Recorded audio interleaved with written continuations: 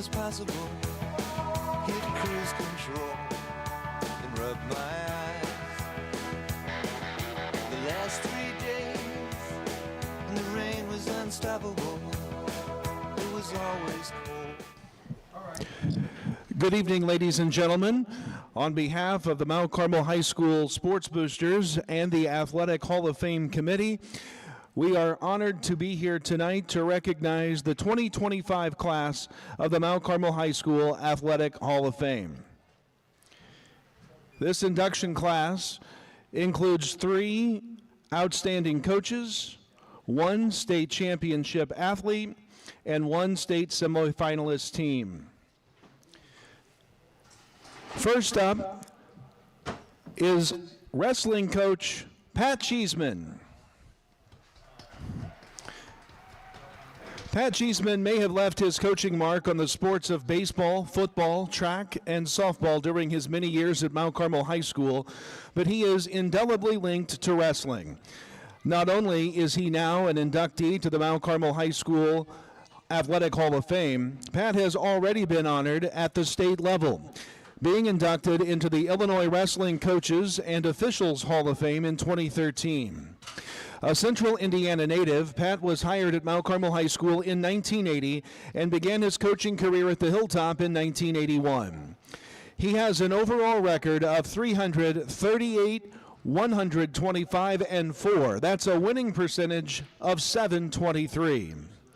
Through the years, he has coached 27 IHSA state meet qualifiers, 3 of who have placed in the finals, 2 IHSA team regional championships, and 8 North Egypt Conference team champions. Pat also coached 28 IKWF state qualifiers, 8 of who went on to place. In addition to coaching the Golden Aces, Pat has coached freestyle, Greco-Roman, and IKWF wrestlers as well. On the administration side, Pat has also served as principal, assistant principal, and athletic director at MCHS. As invaluable as he has been on the mat, field, court, or track while at MCHS, Pat Cheeseman has also gained notoriety for his actions on the sidelines, being labeled a hero after saving a young girl from a vicious dog attack during a track meet in Carmel, Illinois. It is our honor to enshrine Pat Cheeseman.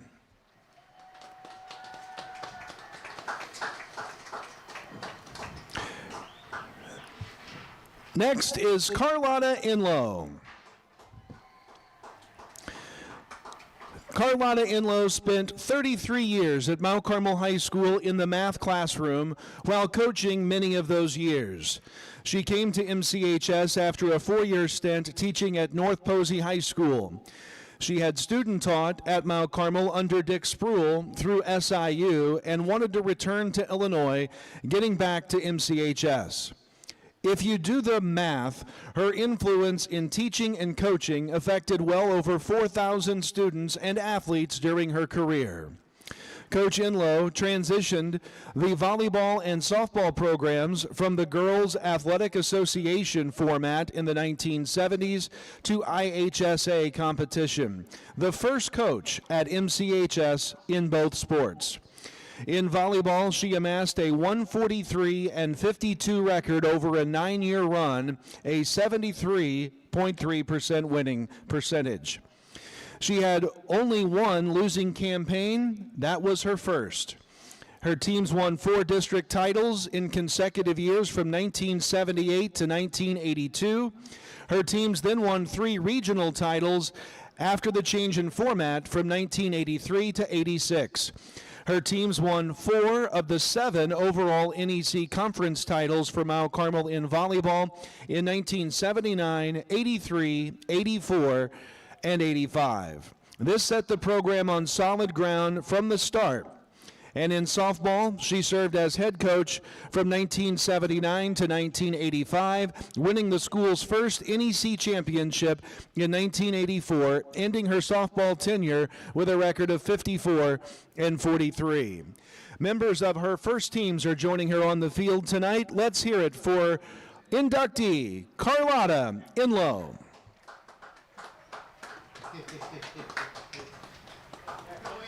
Next is Larry Lockhart. Coach Larry Lockhart coached the Golden Aces for one state championship and 2 other state finalist appearances.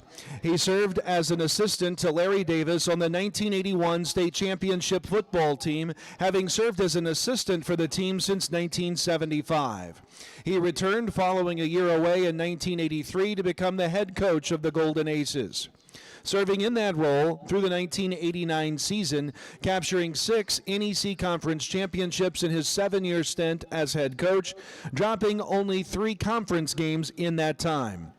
He took the Aces to the playoffs every year, making it to the semifinals in 1986. He ended his head football coaching tenure with a record of 61-15. Lockhart's winning percentage of just over 80% is second all-time in Golden Aces history. In baseball, Lockhart took the Golden Aces to the state finals twice, in 1978 and 1979, the only coach to attain that level of success in that sport. Ladies and gentlemen, Hall of Famer Larry Lockhart.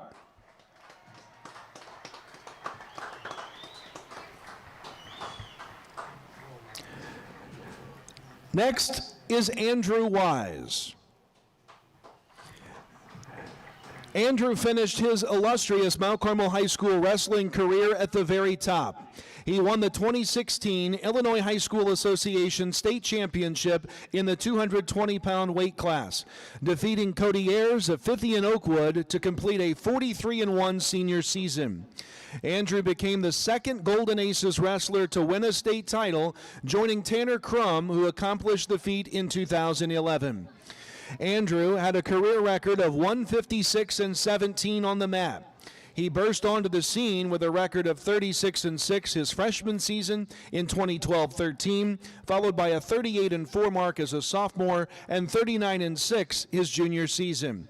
He made the first of 2 state tournament trips that year, placing 6th in his division. He was a 2-time regional champion, 1-time sectional champion, and 3-time Big 8 conference champion. After graduating from the Hilltop, Andrew wrestled at Millikan University in Decatur from 2016 to 2018. The following year, he earned a Bachelor of Science degree in Health, Fitness, and Recreation from Millikan. Andrew also starred for the Aces on the football field as well, competing as a senior at the Blue-Gray All-American football game as a center nose guard on the January 16th in Jacksonville, Florida. Ladies and gentlemen, now Hall of Fame wrestler Andrew Wise.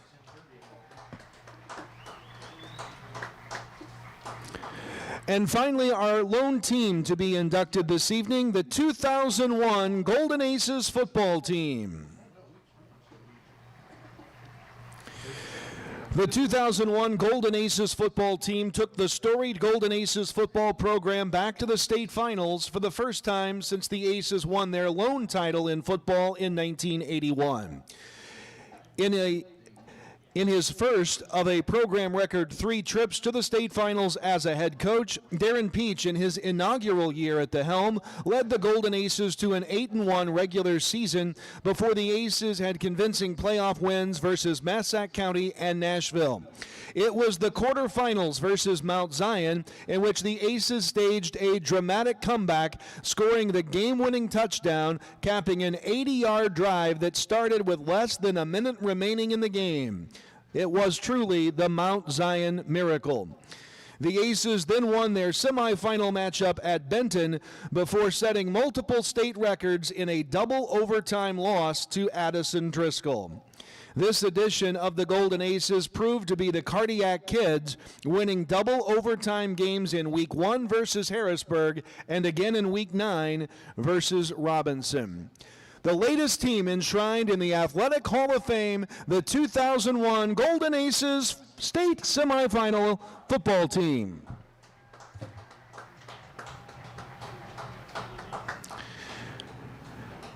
Let's have a hand for the 2025 class of the MCHS Athletic Hall of Fame. We do invite you to join us for a reception following the game at Stymie's Rest at West Berwick at the golf course here in Mount Carmel, where all of the inductees are invited to attend. Thank you.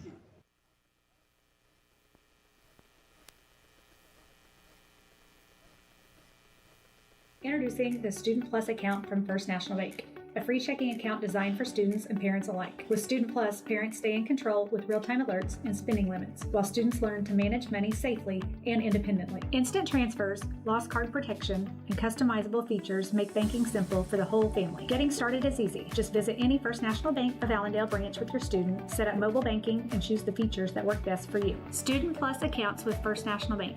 Parents choose the controls, students learn responsibility. At Wabash General Hospital, we're more than healthcare. We are part of the team. Our athletic trainers proudly serve 13 area high schools and 3 junior colleges, standing on the sidelines and in the AT rooms every day. From keeping our athletes healthy to helping them chase their dreams, we're here for every student athlete, every game, every step of the way, from injury to return to play. At Wabash General Hospital, caring for athletes is our game. My name is Alexis Johnson. I'm from Brookston, Indiana, and I'm in the Physical Therapy Assistant Program at Wabash Valley College. Some of the hands-on activities we have in Physical Therapy Assistant Program is we work on each other, getting that practice in the school setting, and then we also go to clinicals. We go out and work on actual patients with actual employees and just getting hands-on with your patients. After graduating, I plan on going back to my community, working in a hospital setting, maybe a nursing home, and just helping those people around me.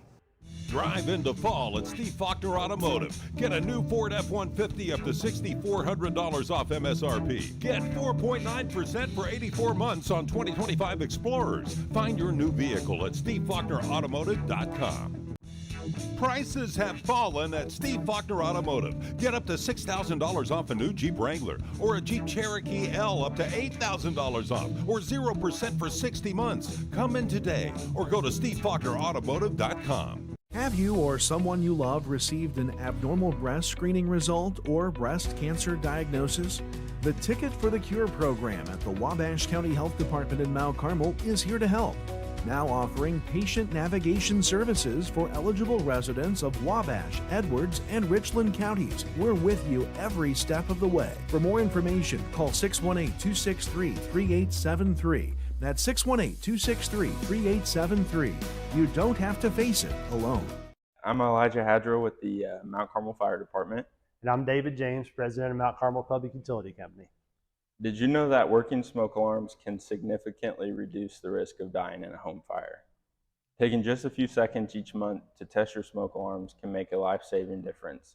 Simply press the test button to ensure they're working properly, and don't forget to follow the manufacturer's instructions for regular cleaning to keep your alarms in top condition. No, we'll go and take it. We'll take it. Nope. It's a special night here at the Snake Pit in Mount Carmel. The class of 2025, the Hall of Fame induction ceremony is just completed here at the Snake Pit. Along with Kyle Peach, I'm Scott Allen. Kyle Peach was on MC for that. Boy, an illustrious class you were able to honor, huh? No doubt, as the Hall of Fame, Athletic Hall of Fame Committee was able to do 5 entities, people inducted, 3 coaches. Pat Cheeseman, the wrestling coach, Hall of Famer, and he coached a lot of different other sports as well. Also, Carla Enllo, who was the first coach of volleyball and also of softball in Mount Carmel High School history. Then you saw also added to that list, the other coach was Larry Lockhart, a 2-time state baseball runner-up coach, as well as a coach that also took the Golden Aces football team to a state semifinal run, and was an assistant on the 81 championship team. We also saw the induction of wrestling state champion Andrew Wise and the 2001 state runner-up football team. So a great group, and don't forget, fans, there will be a little program ceremony after the game, too, that will be at Stymie's, and Carla and me will be out there, as a matter of fact. It won't be live on the radio or anything, but it will be an opportunity just to meet and greet and have a little fun out there and talk to well, I call them kids because everybody's a kid at my age now, but talk to everybody that's been inducted into the class and everything else. Meanwhile, we're at the Snake Pit getting ready for the national anthem. It's KZ Westfield, undefeated and 4th-ranked KZ Westfield, and the Mount Carmel Golden Aces. Second straight week the Aces have faced an undefeated team, and last year we were at the same juncture after going 0-2 in the pre-season, the pre-conference season, non-conference part of the schedule. We still got to the playoffs. We lost to KZ and to Alney, and then luckily we ran the table against everybody else to get in the playoffs. This year, the scenario seems to be following the same pattern. It'd be nice to get one of these big 2 teams that we've been playing. Yeah, no doubt. And this one is an important one, no doubt, for the Golden Aces as we just are again, in a pivotal spot in the season where Mount Carmel has got to start thinking about its playoff livelihood. And that starts tonight here against KZ. Yep, 6-3 gets you in. 5-4, you're a bubble team. We made it a year ago. Will we make it again? The Marching Aces are in formation, ready to present the national anthem. So we'll take a 2-minute break. Be right back with the kickoff in just a moment. I chose Wabash Valley College because I didn't really know what I wanted to do right after high school, and today I can say it was the best decision that I could have made. When I was here, I had the chance to join different clubs and to take a couple different classes, and I really expanded on my interests. In my classes, I learned what I liked and I learned what I didn't like. So I did get to meet new friends. I joined a bunch of clubs, practiced some leadership skills, and kind of gradually grew into adulthood here, and so I'm very grateful for that. My name is Jonathan Leach. I graduated in 2013 from Wabash Valley College, and that's why this was the best decision for me. Meet the dentists at Comprehensive Dental Care of Mount Carmel. Dr. Bryce Miller has proudly served the residents of his hometown for over a decade, bringing advanced training in the field of implant and cosmetic dentistry to the local community. And Dr. David Miller has been practicing now for 40 years. In that time, his goal has remained the same: to provide patients with high-quality care tailored to their health and well-being. Let our team at Comprehensive Dental Care put our quality, compassionate care to work for you. Give us a call today. This is no ordinary cup. This Scooter's coffee cup was served with a genuine "so good to see you again" smile. This cup has a little boost of energy just for you. This cup came with extra whip for good luck. We lost! You'll get them next time. This Scooter's coffee cup was made by your favorite barista for her favorite customer. So go ahead, scoot on around. Amazing people, amazing drinks, amazingly fast. Scoot on around. Buy Low is Mount Carmel's local grocery destination, proudly serving the community with fresh products, friendly faces, and great deals every week. From our fresh deli and bakery to a wide variety of produce, fresh cut meat selections, and even an Ace Hardware, we've got everything you need, all close to home. Stay updated on all the savings at myiga.com or follow us on Facebook at Mount Carmel Buy Low for the latest specials. Shop local, save big at Buy Low, Mount Carmel's hometown store. Okay. Back here on News Channel 15 as we are preparing for the introduction of the Golden Aces here at the top of the stadium here, and we will be again watching them walk down the stadium steps here in just a bit as we again are waiting for that to take place. The KZ Westfield Warriors in town here tonight. KZ making their third trip to Riverview Stadium since this series began back in 2021. Mount Carmel leads the all-time series 3-1. The last time these two met was the one time KZ beat the Aces, and that was a no-doubter, 50-14 at KZ last year. The scores have been close. They were close in 2023 when KZ really thought they had a chance to knock off a Blaine Sisson Aces team, but Mount Carmel prevailed the last time KZ was here, 23-20. Yeah, that was a good ball game, wasn't it? No doubt. And that was a team that went to the state finals. It was. So that's how tough KZ is. School of 239 kids, but this KZ team, they remind me of Mount Carmel in the Big 8 days. We were the smallest school in that conference. We held our own in several different sports, notably football. We won 6 titles in 16 years against the likes of Jasper in the group. And Casey reminds me of that. These kids play hard. The whole school takes pride in their athletic program. They've won the most state championships of any school in the LIC at 8. 7 of them are in softball. They were a dynasty there back in the day. And they've also won a state championship in football, which, by the way, they're honoring this year. It's the 40th anniversary of the 1985 KZ Westfield state championship team. By the way, the Warriors have made their way onto the field, so they are ready to roll for Coach Jeff Fritnick.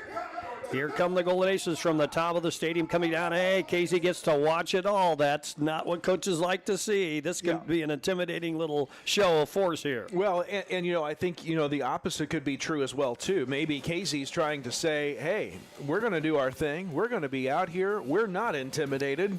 Come on down. And so that's kind of a little gamesmanship one way or the other, whichever way you go with that. But nonetheless, this is a very good KZ team, undefeated at 6-0. They're ranked 4th in the latest Class 1A poll. That moves them up a spot from 5th. And if anybody associated with KZ would ever supply anybody else with some statistical information about the team, they might be even higher up the chart. That's a little personal dig because we have no information to share with you about KZ this week. We have absolutely no stats. Some things that have been written here and there that we can piece together, but nothing in the way of a formal stat. We can tell you about some of their key players. We'll get to that in a moment. Let's go through the starting lineups for Mount Carmel, brought to you by the White Family Trust in memory of the Sports Booster co-founder H.D. White and his wife Helen. Starting lineup for the Aces on offense. Let's start inside at center. Junior Aiden Reynolds. Your guards tonight, senior Braden Mason and sophomore Xander Warnken. At the tackle spots, another sophomore, Brock Schild, along with senior Will Freeland. At tight end tonight is, of course, Jack Webb. Had made a big catch last week and part of the scoring drive for the Aces. I think it was 39 yards in that game against Alnay. The wideouts are senior Red Andrews, who we feature tonight in the player profile segment, and junior Owen Blake. Quarterback is a sophomore River Dasher coming on like he is, and the running backs tonight, Jackson Kling and Elliot Akery. Shane Metter not available to the ball club. He is going to be out for a while, so Kling will take his spot on a regular basis. We'll have some others in there, Ike Militoni, etc. Now let's talk about the defense, and we'll start at the defensive end spots. Senior Braden Mason, junior Jackson Kling. The defensive tackles, Jack Webb and Aiden Reynolds. Now the 3 backers on the outside, it's Eki Militoni, and the inside, Owen Blake and Elliot Akery. Cole Carmichael is the corner, and the other corner is a sophomore, Chase Wiggins. Zadok Fulop is one of the safeties, along with River Dasher. And that's your starting lineup for tonight's ball game, brought to you by... Well, it's in memory of the Sports Boosters co-founder, H.D. White, and his wife, Helen. And the Aces have made their way down the field now. Have made their way down the field. Time for us to design a winning game plan here tonight. It's brought to you by the fine folks at ADG. Well, they've got a very good passing game. Nolan Clements is a good quarterback. They want to run the football, of course, as most teams do, but they really do emphasize it. And they've got a really good couple of running backs, 2 or 3 that we'll see tonight. But they can throw the ball. We watched Nolan here at the pregame, and so that's a worry because as good as our defensive secondaries win, we've gotten better over the year, but then we end up with Alnay. The Alnay passing attack is impressive. Probably not as good as their running game, actually. Yeah. But KZ Westfield can throw the football, so we've got to be on guard back there. And remember, we don't have Shane Metter back there now.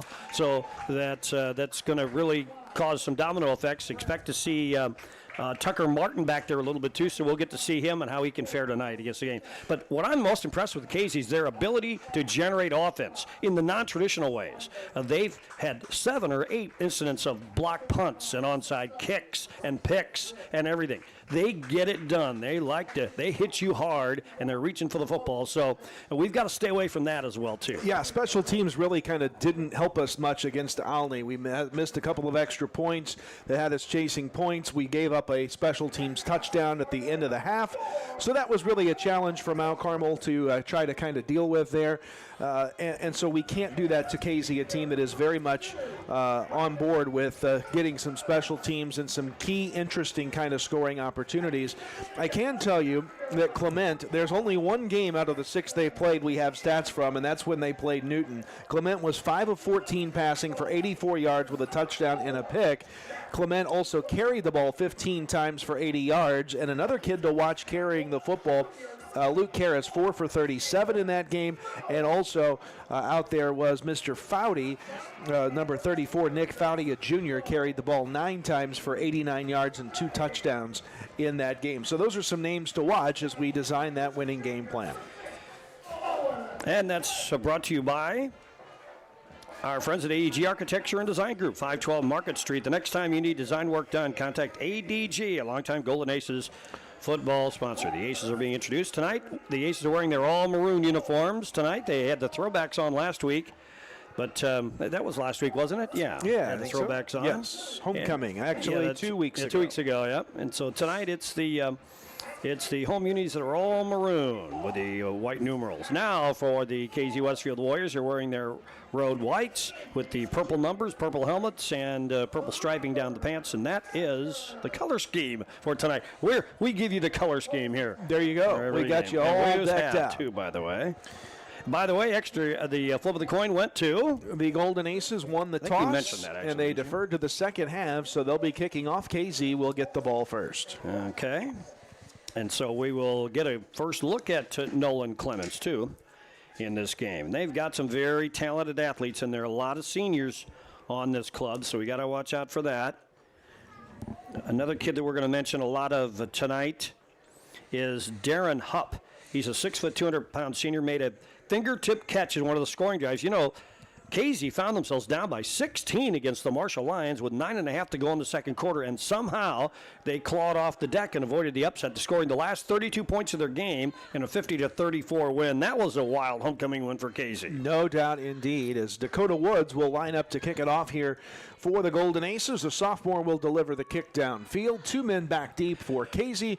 On the call of this one from Riverview Stadium on homecoming night, it is the Hall of Fame voice of the Golden Aces, Scott Allen. Thank you very much, Kyle Peach. The kick will be coming from left to right. Nick Foudy is one of those deep backs for the Warriors, standing at about his 13-yard line. Let's see if they kick away from him. And they will kick away from him. Takes a bounce retrieve to the 14-yard line. 20, 25, 30 down the left sideline. And the return man is bumped out of bounds. That is Jackson Julius. Returns the ball to around the 35-ish yard line, and that's where KZ takes over. Looks like the 36, doesn't it? It does. 36-yard line is where they'll spot it down, and so that's where the KC offense will come to the field for the first time. And again, Mount Carmel dealing without Shane Metter in the secondary. We'll see if KC gets alert to that and tries to take advantage of that. We'll see how Mr. Clement can throw the football. If he does, Nolan Clement, the 6'1 Clement, the 6'1", 175-pound senior, is the starting quarterback. There's big Luke Karras, 6'3", 220-pounder. He's the running back. The one setback behind the quarterback, Noah Clement, sends a man in motion. Now takes a snap and hands it off. A short pitch to Karras. He struggles to get back to the line of scrimmage. Not sure he did. To about the 35, loss of 1 on the play. Yeah, good play by the Aces defense, really finding the ball, spying that pitch, and getting in the backfield quickly. It goes as a loss of 1.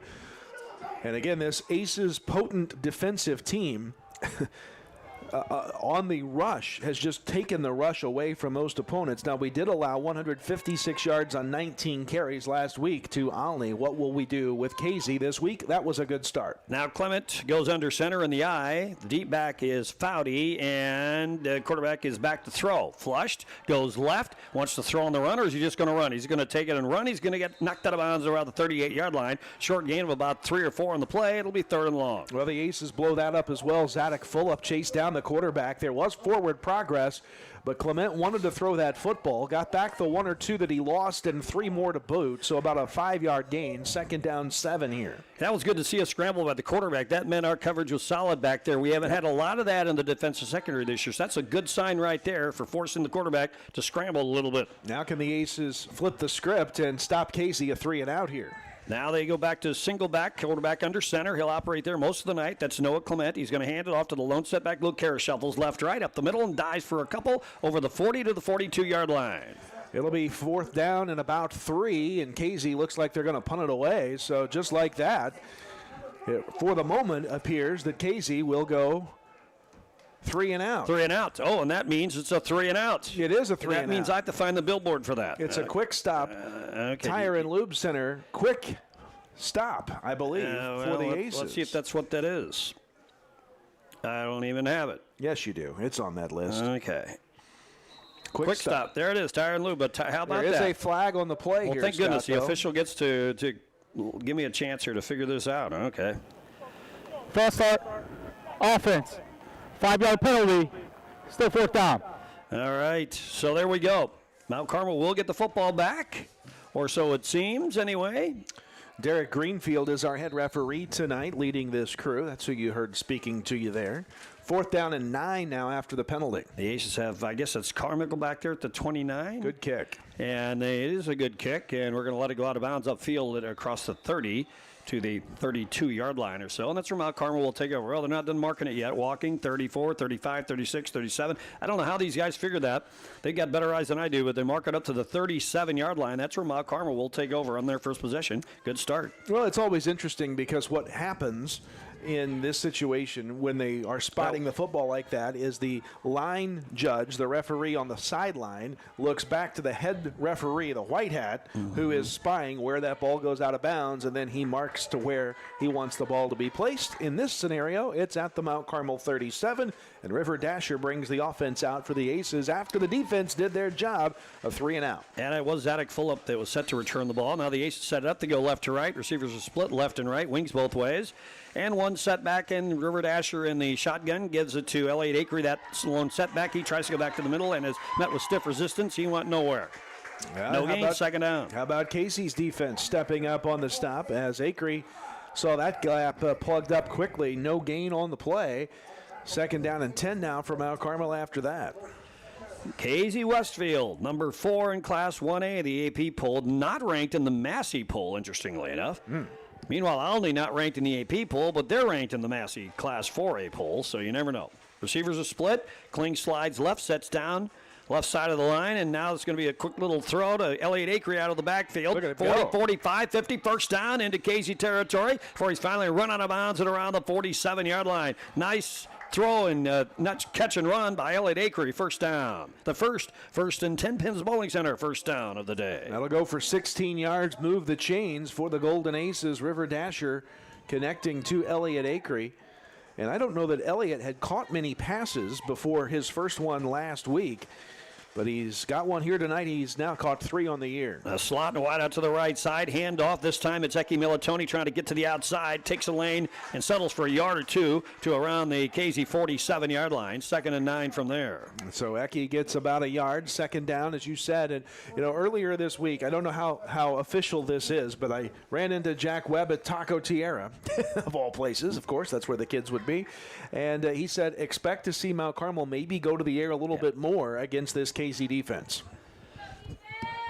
And let's see if that's the way it's going to work out. Jackson Kling will line up as a wing, tight on the right side. Aces go to the short side of the field with the slot and the wide out. Dasher in the shotgun, one setback behind him. That's Akery. And the official stopped the play. And a false start on Mount Carmel. Well, a scenario where you saw River Dasher trying to clap to get Jackson Kling to move to the other side. He wasn't, so he had to actually kind of get Jackson to move, and then when he finally did take off, I think he went forward before going backwards. It cost us 5 yards. Now remember, Kling thrust into kind of different roles in what he's doing now tonight, too, with the loss of Shane Metter, so that may have affected that. So the penalty marks the ball back across the other side of the 50 to the Aces 48-yard line. It is 2nd down and about 13 or 14. Again, slot and a wide out left side, wing back right. Dasher in the shotgun, Akery to his left. And here's the snap. Backs up. Dasher wants to throw. Does. Down the middle. Down the left side. Overthrows the receiver incomplete at the 20-yard line. Looking over there for Owen Blake, I do believe, Scott, and just not able to get connected up as that was overthrown. And now it's 2nd down to make it 3rd down and long. River Dasher now the leading ball carrier on the team. He's really come on in terms of that. And in the last, 3 or 4 weeks or so, just been wonderful to watch. his maturity as a sophomore in that aspect. He always had a good arm. 95 carries, 539 yards coming in for Dasher. Now sliding wide out to the right side, wing left, Dasher back, wants to throw the run out of him, stunts everybody. He dumps it out of the backfield. It's complete, actually, and a short gain out of before the receiver is dragged out of bounds. Wow, he even got the pass off to Jack Webb. He was under hot pursuit. He was going down. Got rid of it just in time. Couldn't really tell if that was actually a design screen or not, but a 3rd and 14 becomes a 4th and 6. So it goes as an 8-yard pass play, but boy, the KC defender got back there into the backfield in a hurry, and Dasher had to throw it a lot quicker than he wanted. If that was a planned screen, let's call that a suicide screen. Right. Because, I mean, Dasher was not long for this world if he'd got nailed. And we go for it on 4th down. All right, 4th and about 5, send a man in motion. That's Kling sliding left, staying down, H back to the left side. Now Dasher wants to throw, dumps out of the backfield, pass caught. First down, move the change. Receiver goes out of bounds, and not until the first down catch. That's Elliott Acree. Second catch of the night, 4th of the season for Elliott Acree. Goes out of bounds to stop the clock. They'll move the chains. Wait a minute. Officials' timeout are signaled here. I think the chains may be hung up on the far sideline. It goes to the 44 up to the 36. So an 8-yard pass play. 1st and 10 Pins Bowling Center, first down. Maybe we get those fancy digital chain crews now that we've got a perfect little field design now. There you go. Right. I'll leave that in the budget for next year. Put the pylon cameras in there too while you're at it. Yeah, there you go. All right, it's first down, a wing and a wing to the right side. So double blockers there, shotgun. That's the way Dasher's going to go. He's going to keep the ball, looks for a lane, finds a lane, got some running room, and he's inside the 30.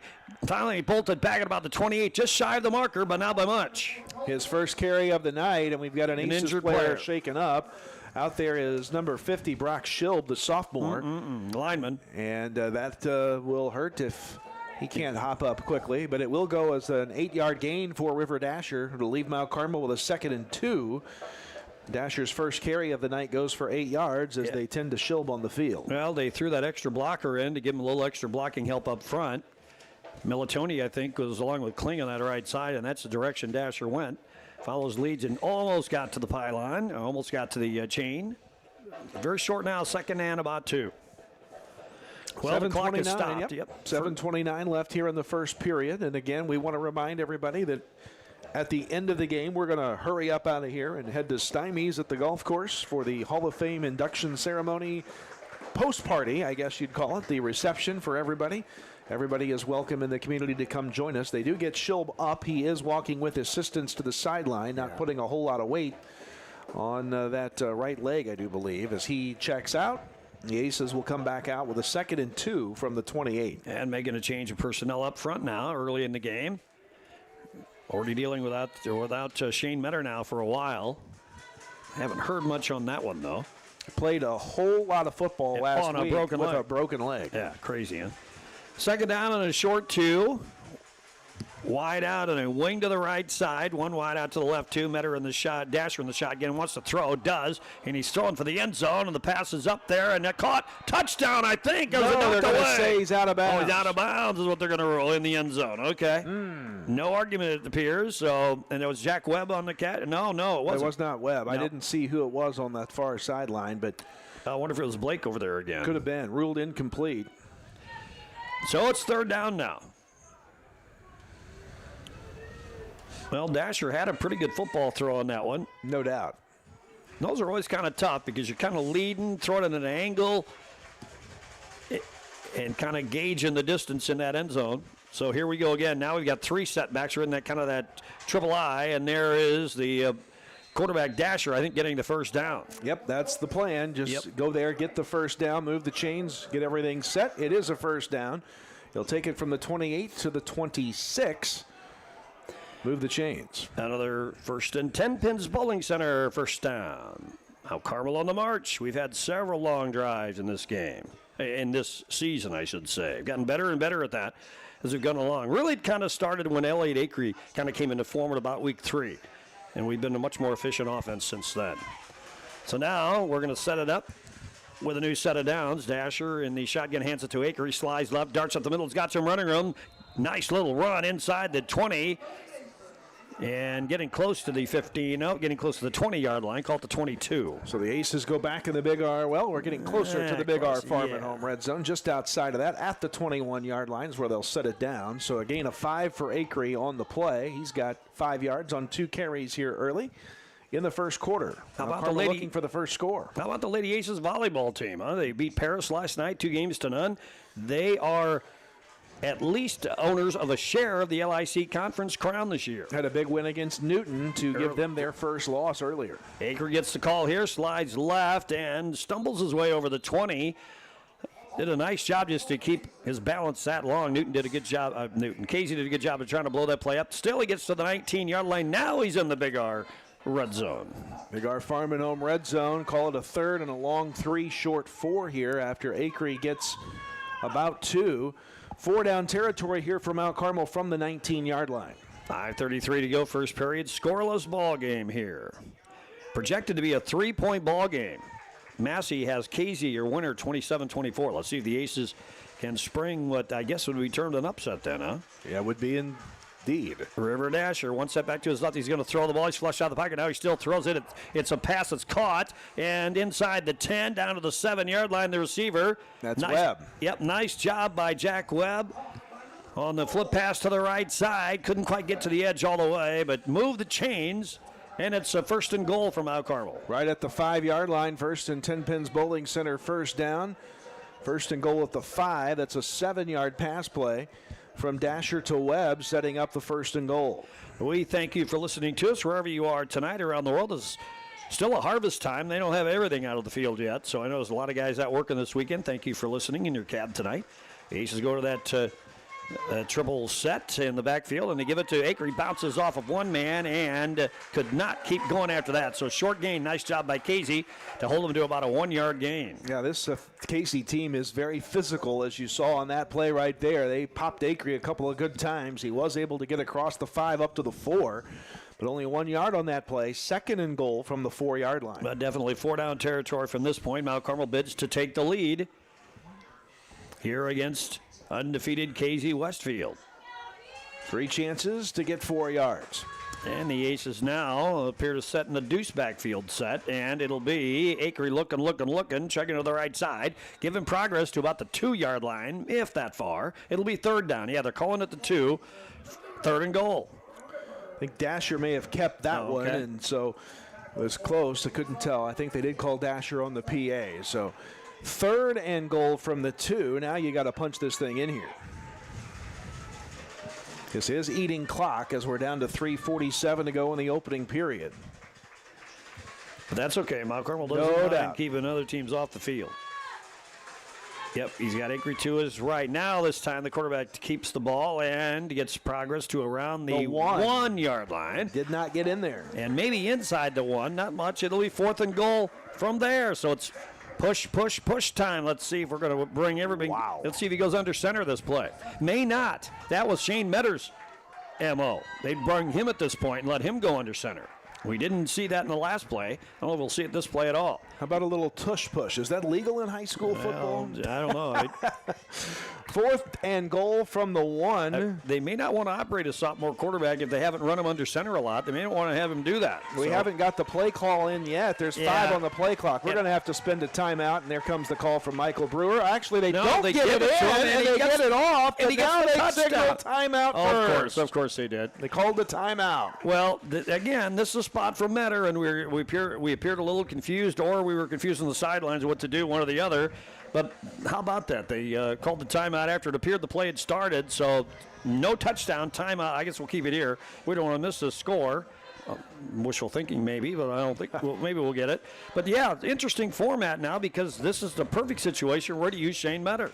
Timeout brought to you by Country Financial Agent Tia Morgan, but you're right. This is when Shane would have probably been in the field in that heavy set. And now what will the Aces do on a 4th and goal from the 1? It's a full night of football here at the LIC tonight. The other close game, according to Massey, Robinson and Newton, expected to be a 1-point ball game. Robinson is 3-3. I don't know if you saw that Northern Athletic Conference, a very aggressive little conference. They project their every week they have ratings of their own, and they project playoffs, and they've got Robinson and Mount Carmel making the 3A tournament. They've already predicted they think Mount Carmel's going to Roxana in the first round at 6-3, by the way. Do the Shells still do that heavy up thing, hurry up thing? I think so, that was exhausting. All right, here we go. The Aces now are going to line it up. The deuce backfield set, and it's going to be in the shotgun, short shotgun dasher. He follows the blockers, goes right side, dives in. Did he make it? Yes! Yes! Touchdown! He just had enough to cover the 1 yard. River Dasher with the keeper, and Mount Carmel leads this game 6-0 at the 2:49 mark of the first period. Boy, how physical is Casey up front when you really got to go get yards, and you saw it there. River Dasher takes it in for 1 yard.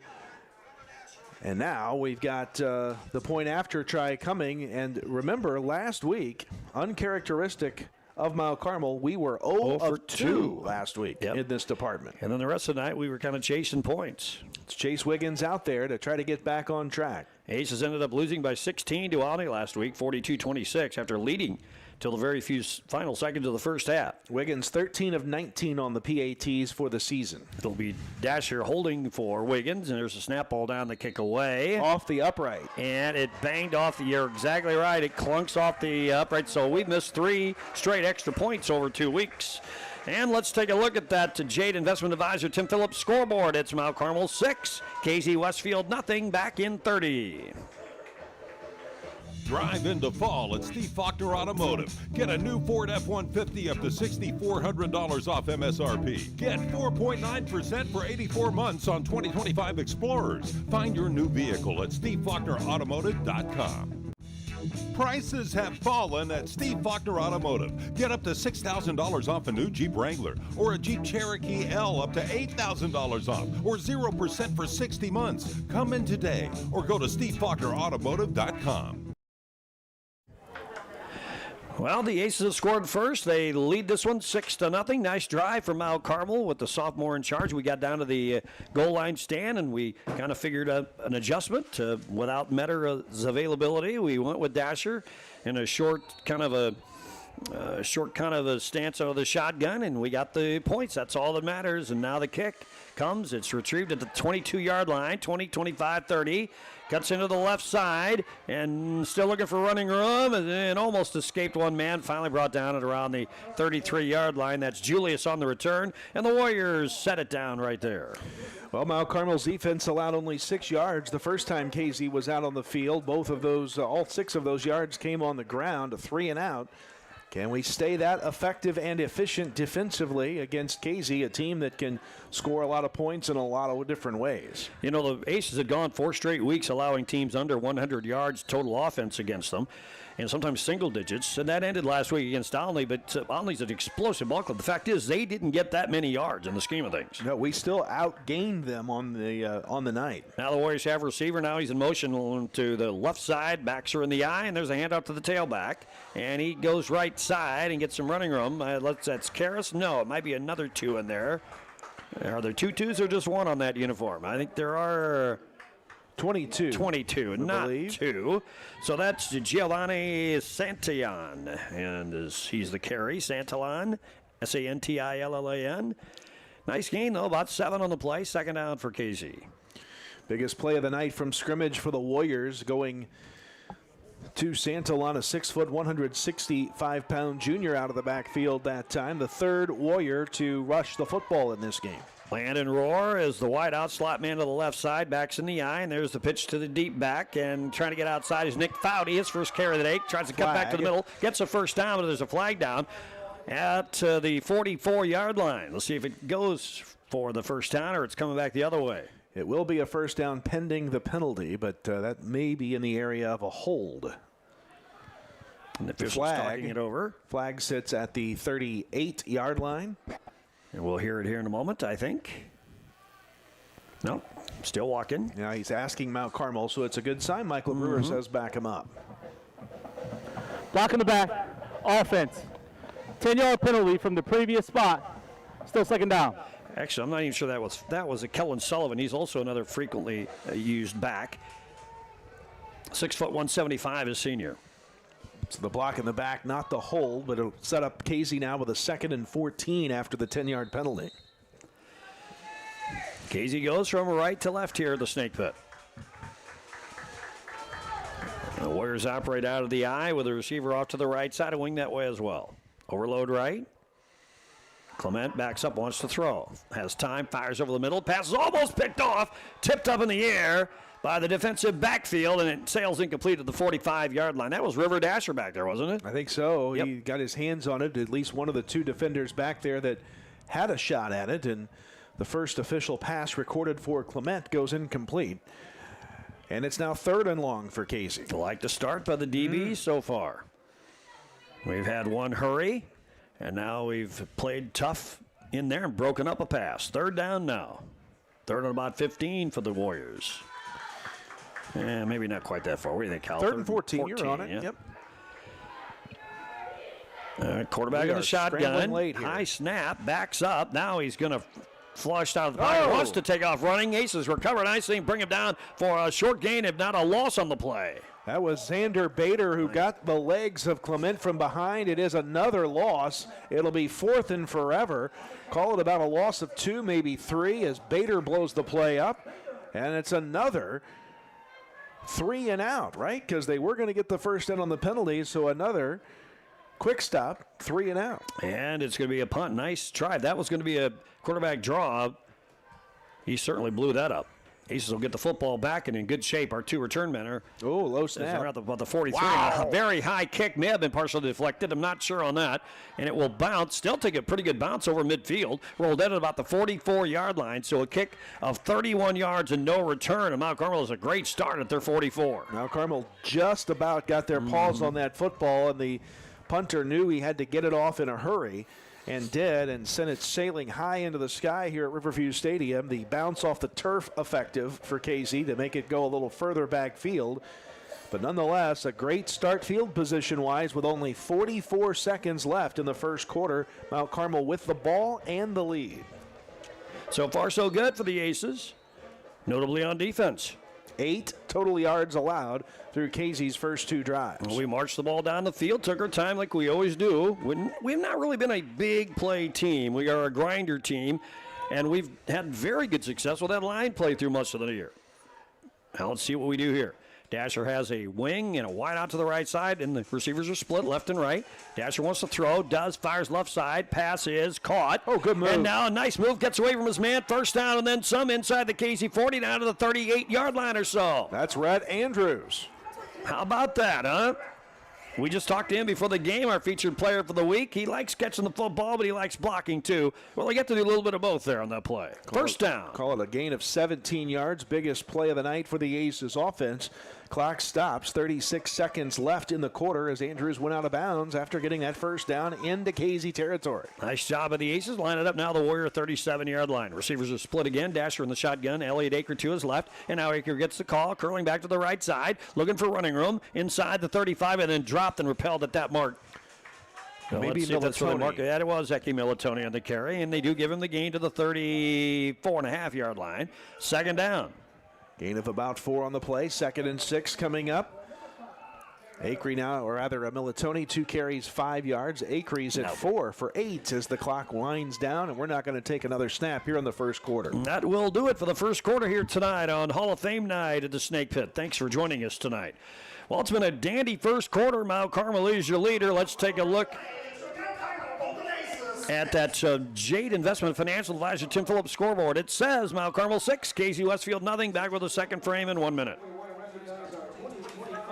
Introducing the Student Plus account from First National Bank, a free checking account designed for students and parents alike. With Student Plus, parents stay in control with real-time alerts and spending limits, while students learn to manage money safely and independently. Instant transfers, lost card protection, and customizable features make banking simple for the whole family. Getting started is easy. Just visit any First National Bank of Allendale branch with your student, set up mobile banking, and choose the features that work best for you. Student Plus accounts with First National Bank.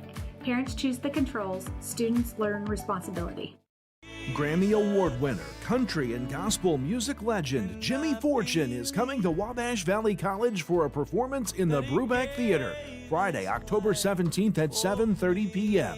Jimmy Fortune, the voice of the Statler Brothers, with hits like Elizabeth, plus Gaither music gospel hits like I Believe, Tickets are $35, $15 for those 17 and under, and are available by phone at 618-263-5164 or scan the QR code on your screen. In the second quarter, Dasher is going to throw long, looking for Owen Blakey. Can't quite pull it in on the fly at the 5-yard line. Just a little bit ahead on the throw, incomplete, second down, and that's the way the second quarter begins. Yeah, so it's both times now that River Dasher has tried to hook up with Owen Blake here tonight. The pass has been overthrown.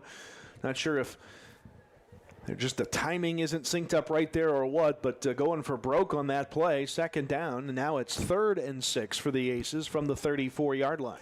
Mount Carmel leads 6-0 along with Kyle Peach. I'm Scott Allen. We're at Riverview Stadium, the next to last home game of the regular season. Let's hope there's more. Week 7 against the Warriors, the undefeated and 4th-ranked Warriors. Now the Aces have 2 receivers, short side and a wide out to the right side, and then Kling is off to the left. Now a quick throw towards the sidelines. Caught. Elliott Acree pulls it in over his shoulder, dives forward, has the first down inside the 30 to the 27-yard line. Boy, that little swing pass has been effective, hasn't it, for the Aces? Another 10 Pins Bowling Center first down, taking it from the 34 to the 26. Another 8-yard completion as Acree now has caught 3 passes in this game for a total of 32 yards. Yeah, and he's had the other stuff, the underneath stuff, going a little bit better for him than the fly patterns. But a new set of downs for the Aces. First and 10 Pins first down, and it's again the quarterback Dasher in the shotgun. Trips to the right side. That's where Elliott Acree's headed to. Nice little dodge step, dives in, and gets some progress inside the 25 to the 23-yard line. Sometimes we focus on the brute force that is Elliott Acree running out of the backfield, but the finesse of his feet on that play was something to watch. You pointed it out. Just able to use the fancy footwork to get the 3 yards to keep moving downfield. Elliott Acree, one of 3 2,000 career yard men in this conference. Of course, we all know about Gavin Cawthorn. He's one of them. So's Luca Genovola of Marshall. So we have 3 in this league. That's outstanding. See Luca next week. Yeah, and Elliott is one of those 2,000-yard men. So here we go. Dasher's going to throw. Looking for the end zone. No, looks underneath instead. Pass caught. Nice leaping catch. And after that, not much. I think that's Red Andrews out there at around the 4 to the 19-yard line on the catch. Yes, Andrews on the catch. Short gain. Short gain, about 4. Second catch of the night for Andrews. 10th throw of the night for River Dasher. Wow. 10 passes already. The Aces have rushed for 12, thrown for 10 in terms of play separation there. How many has he thrown all year? Dasher has thrown 78 passes. Wow. He's liable to throw 40 by the end of the night. Yeah, no kidding. 48 yards on those 10 pass attempts. 7 of 10 through the air. So now Andrews checks out wide to the right side. Owen Blake inside is a slot man. Third down here. Kling slides H back right. Acre gets the call going right. Darts outside. Can't quite get to the edges. He submarined around the 17-yard line, 18 short gain, if any. Yeah, so now a big 4th down again. A 4th down and call it 2 as Acree gets 1. So another 4th down in this ball game coming here for Mount Carmel. 4th and about 2 to get as they move that down box a little further backfield. And here comes a couple of changes for the Aces, getting some more blockers out there. Yep. Big play in this game. A 2-score lead, you kind of have the feeling can be huge. And this could have been a Metter under center here, too. But look at this. It's going to be River Dasher under center. First time tonight. 4th down and 2. He hands to the tailback. Clean pass forward. Gets the first down and then some. Still going inside the 10. Down to the 7-yard line. Big Jackson Kling powers his way for the first down. Boy, he is such a force to try to bring down. In the Big R Farm and Home red zone, he takes off. Gets from the... Where was that play starting 18. from? The 18 to the 8. A 10-yard gain. We needed 2 for Jackson Kling. Big first down. First and goal from the 8-yard line. Timeout on the field taken by the KZ Warriors. Timeout's brought to you by Country Financial Agency of Morgan. We'll take a 30-second break, too. It's 9:12 showing the second quarter. Mount Carmel leads 6-0, driving for more. Back in 30. At First National Bank of Allendale, we know that winning starts with the right support on and off the playing field. That's why our local lenders make tailored, local decisions so you can score big on your goals. With branches across your community, we're here to help with everything from home loans to business growth. Because when it comes to your future, local lending is a true team effort. First National Bank of Allendale, local lenders, local decisions. Well, Kyle Peach, Casey's been here before. They trailed by 16 just last week against an explosive Marshall team, so you can't get this team down far enough. They trailed by 16 and put 50 on the board by the time the night was over, winning that game 50-34. So they don't want to get too far down, but they also know how to do it as well. So here it is, Mount Carmel now with a first down and goal from the KZ 8. How about punching in another score? All right, it'll be Dasher in the shotgun, Aker to his left, receiver split. Calls the signal, sends a man in motion. He gets the handoff now, sweeping to the left side, looking for the end zone, trying to get in, going in and close. Almost making it was Chase Wiggins. He got down inside the 3 to the 2-yard line, second down. Haven't called Wiggins' name very much on offense. 5 carries, 12 yards coming in. Flag on the there's play. a hold. 10-yard penalty from the previous spot. First down. Well, we've had that Mar drives a couple times this year. Well, more than a couple. And that one hurt there. And that's the kind of play when you're bringing Wiggins all the way across from one side of the field to the other to try to cut it upfield, that you're more than likely going to run into something like that. So now it's a first and goal from the 18-yard line. The good news is that we've got 4 downs to get 18 yards. And let's see what we come up with here. Aces are going to send 2 receivers to the left side. And man in motion. And Dasher's going to throw. He's going to throw. It's picked off inside the 10 by Casey. A pass over the middle. Never really got to the receiver, but the Warriors with a pick. How about that? That's what they love to do, that kind of stuff, and they have the football. First turnover of the night. It goes the way of the Warriors, is just not able to really get in sync that time. First interception thrown by Dasher, and the KZ Westfield Warriors, Weston Hupp made that catch. Yeah, there you go. 5th interception off of Metter this year. KZ, though, starts deep in their end zone, at their end of the field at the 8-yard line. Well, this is where, if you're the Aces defense, you've done so well tonight, can you at least keep them in a decent field position to give the offense the ball back in good shape? 8:50 to go, second period. The Warriors are going to line it up. It looks like a full house backfield, quarterback under center. And the pitch to the right halfback, and looking for running him and not finding much is, I think, Luke Karras on that carry. They give it to the big guy, and why not? He gets a yard to the 9. Yeah, just not a whole lot there once again. 6'3", 220. Army was taking a look at this kid last summer. I mean, when I saw Casey come out of the locker room, you saw a lot of pretty ripped guys out there. They're throwing some weight around in the weight room there at KZ Westfield High School. 2nd and 9 after the minimal pickup there by Karras. Nolan Clement, the quarterback. It looks like he'll operate in the full house wishbone kind of, or did he split a guy off? I'm having looked through my binoculars. Looks pretty looks tight. like he's got a wing to the right side now. He looks like he wants to throw from the end zone. He flips it out, and the pass is caught, and it's a first down, and down the left sidelines all the way across the 20 to the 30-yard line. The receiver gets a huge first down. That's Nicely Hupp. done. Darren Hupp, once again, it's the first down of the game for KZ. And it brings it out of the back of the end zone up to the 25-yard line. Yeah, that's one of the names you mentioned at the start. And he's a big kid, 6 foot 200. And first down there gets him out of harm's way near the end zone. He kind of threw it with 1 foot in the end zone, did Clement. But it's a catch, and it's a first down, and the Warriors are up to the 25-yard line. Biggest play of the night for KZ on that one. Wide out slot to the right side, and a split receiver to the left, too. A wing back that way, and there's a deep pitch coming to this side. Is the running back, and he is outside, gets over the 30 to the 31-yard line. That is Santaline on the carry. Big gain on the first, not bad really for his run out of bounds. I heard extra whistles. Is there a flag down over here? I think so. Flag down on the near side, right by the KZ bench. I wonder if it's going to be a face mask or something like that. Could be a sideline warning. I'm not sure where that ball is placed. Let's find out.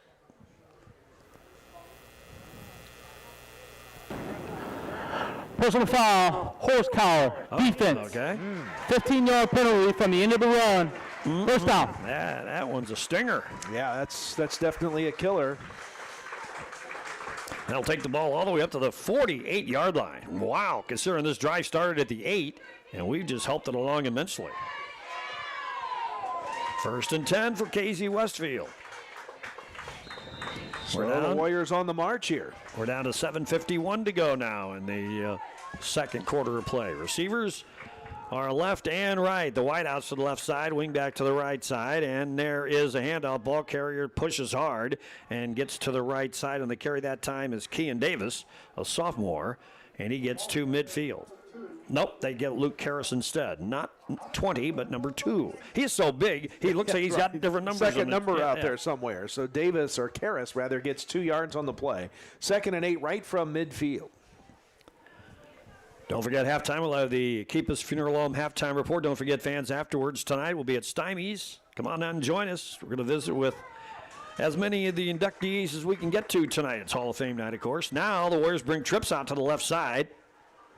And in the shotgun is the quarterback. He backs up, wants to throw. That's Nolan Clemens. Eyes chased. Now to the right side. He's on the run. Almost grabbed to the 50. 45, run out of bounds. Short of the marker at around the Mount Carmel 45-yard line. Akery pushed him out. And it'll be 3rd and short. As Jackson Kling got his paws on the quarterback, Clement just couldn't bring him down. And so from midfield, he gets 5 yards up to the 45. So 3rd and 3 here for Casey. Well, at least pretty good job by the DBs. He had nothing really. Chased out of the pocket. Second time we've chased him around a little bit because that was because of pressure, though. That was a coverage sack. Nice job of the Aces. Now Casey Westfield goes trips to the left, to the right side, 1 to the right. So 4 in pattern. There's a deep pitch to the 1 setback. He fights for yards. I don't think he made it. Nope. He did not. About a yard shy on the carry that time was Luke Karras. Got 1 yard. That's it. And so it'll be a 4th and 2. What does Casey do here? Do you play the field position game and punt, try to pin the Aces deep? They just brought Wyatt Erickson, and I think he's the kicker. I believe you're right. Yep. So they're going to punt this one away. So we've done it again. I think if you're the Aces, you play this one a little bit conservative, though. We're not going to drop anybody back. Well, they're not. At least not yet. Let's but see. They're not in formation either. Yeah, unless Wyatt Erickson is going to change the plan here. They call the count. He's going to drop back right now. That's Clement under center. Yeah, okay. Maybe they're going to keep try it. And they're going to try it. And he's got the first down and then some. And he breaks it free. He's down to the 20, 10-5 touchdown. Wow. What a busted play. Luke Karras on a touchdown on what appeared to be a punt. Instead, they ran a play, and it's a touchdown for Casey, and this game's tied 6-all. Well, Luke Karras takes it 44 yards, and no doubt touchdown there. I think it kind of, when they brought a couple different guys on, you thought maybe they were going to go for the punt, and then when you saw Karras up under center, you saw the Aces react, and by the time Karras was caught, he was off to the races in the end zone, and now here we go, a 6-6 game. This extra point is huge. And now Wyatt Erickson is in. He'll stay in the game. Now he'll actually kick a point after. There's a snap ball down to kick away. Yep. And it's good, and here we are again just like last week.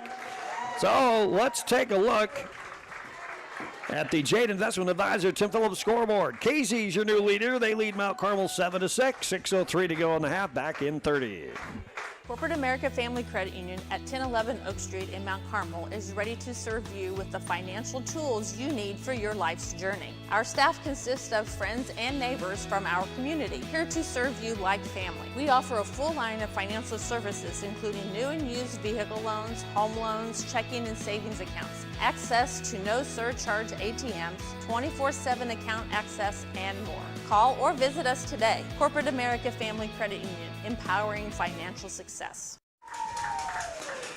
Well, we talked about it a little bit before the game. Olney may have the better offense of the two, but Casey is just so opportunistic. They take advantage of every little nook and cranny they can find, and that little intentionally busted play was the difference there. You know, Scott, penalties have been larger than we may indicate in this game. One took Mount Carmel from a 1st and goal at the 8 to a 1st and goal from the 18. We went to the air and threw an interception on the result of the very next play, and then we saw the penalty earlier move Casey up 15 yards on a horse collar that really put them in good field position. And the return for the Aces is out to around the, what do we want to call that? The 33-yard line. Carmichael on the return for the Aces. He acted like he didn't go down all the way, or at least tried to sell that fact, but he had been blown down at the 32. So Mount Carmel takes it over from there at the 32-yard line. Just like we talked about before the game. Casey Westfield has this wonderful way of scoring in I guess it's not untraditional what they tried to do. They tried to sell a punt, and they get something out of it, but that's the way they are. You got to stay on your toes with these guys. Mount Carmel was 8 yards away from a 2-score lead and had Casey on a 4th down, and Casey, one play later, leads 7-6. Yep. All right, so the Aces take over now, and it's an empty backfield for Dasher. He's going to keep it himself. Tried to sell that, but didn't get much. Didn't get to the edge. Nice tackle by the defensive end over there by Casey. And no gain on the play. It's 2nd down. Well, I'm not sure that that was by design or what, but Dasher took off, didn't get anywhere. 2nd and 10, clock rolling. Yep, down to 5:35 to go in the first half. Warriors lead 7-6. Olney leads Paris 14-0 up in Olney tonight. There in the second quarter. We'll give you the complete scoreboard rundown as we get them. So now the Aces send receivers left and right. One setback, and there's Dasher. Going to throw the ball. It's caught out on the flats. First down, and then some to midfield, down to the right sidelines. Finally gets brought down inside the 45 to the 42-yard line. Big Jack Webb on the catch brings it into Warrior territory. 17 to the 50, almost 27. Call it 24 yards on the pass play. The Webb caught a 37 or 39-yarder last week in a scoring drive. Nice catch there, using him more now. 1st and 10, Penn's Bowling Center, first down for the Aces. Dasher's up now to 72 yards through the air in 12 attempts. Line of scrimmage at 43-yard line. So the Aces send receivers to the short side and wing and wide out that way. And there's a handoff instead of Acre. He dances up the middle. Gets by Cass, blows by him. Still on his feet. Gets down inside the 30 to the 28-yard line. Nice run by Elliot Acre. Look who he bounced off of. Luke Karras on that run. Yeah, it's just a big play. Flag down. There is a flag down. After the play. Was that a flag? Well, I thought something flew up there. I think it was the ball coming into the middle of the field. Yeah, maybe perhaps. It was. Yep, no flag. Yeah, yep, I thought so too, because the official was stopping the play, I thought. But nonetheless, a big run by Acre up to the 28-yard line. Was that 15 yards? 15 yards. Yep. Nice job by Elliot Acre. Biggest rush of the night for the Aces. Acre's now at 27 yards through 7 carries. Now the Aces stack everybody a wing and a wide out to the short side of the field, the right side. And there's a handoff. Jackson Kling powers his way right, tries to turn it the middle. Doesn't get much. Maybe just a yard or two, or maybe not even that. Tough sledding up there for Kling. They grabbed all that traffic over that short side of the field. Not much running room there. 2nd down and 10. Yeah, nothing going there. So for the 2nd time in this drive, 3rd time in the game, the Aces running backs have been stopped for no gain. We've yet to be tackled for a loss, though, but 3rd time for no gain as the clock goes under 4 minutes here. Casey leads 7-6. They just completed a 92-yard drive, aided by a big Mount Carmel penalty, unfortunately. All right, let's see what the Aces do here. They split the receivers. There's a wing to the left side. Dasher in the shotgun. Elliot Acre. And then we just call, wait a minute. We were, no, hang on. We called timeout. Yeah, we were about ready, I think, to be offsides. I'm not sure. We were messing with Owen Blake on the right side, and finally the coaches just signaled a timeout. Some confusion there, so we'll take a break too. Timeout's brought to you by Country Financial Agent Tia Morgan. Casey, your leader, 7-6. Aces trying to march back in 30. As a faculty member, Wabash Valley College was the best decision ever. I have always been excited to return back to Wabash Valley as an employee to inspire students the way I was inspired when I went to school here. And what I love is the sense of community that I have with my coworkers and being able to provide that to our students.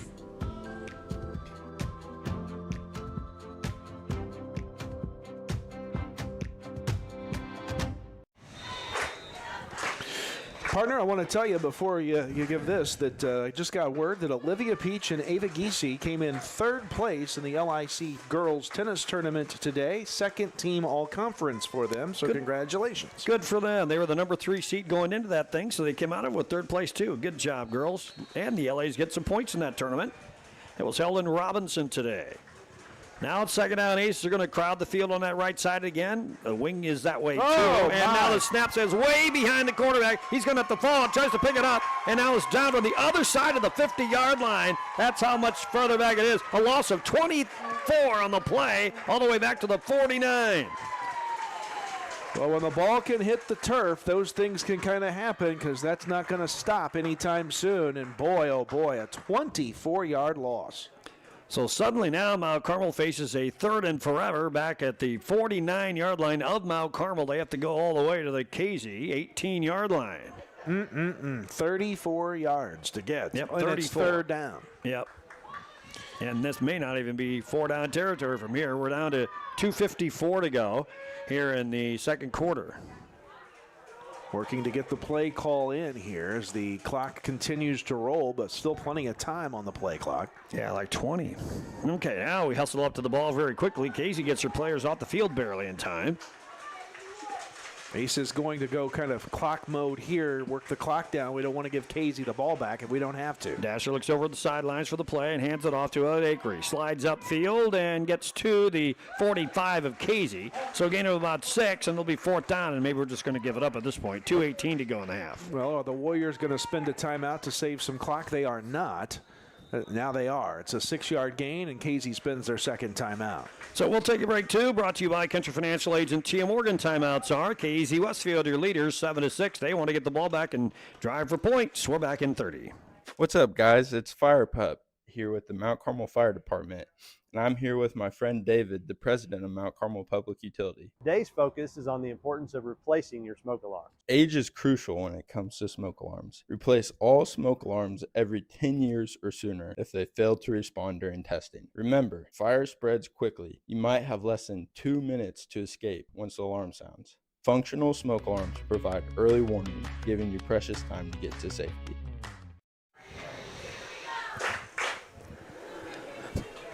The clock says 2:13 to go in the first half. Mount Carmel faces a 4th and long. It appears they're going to give it up.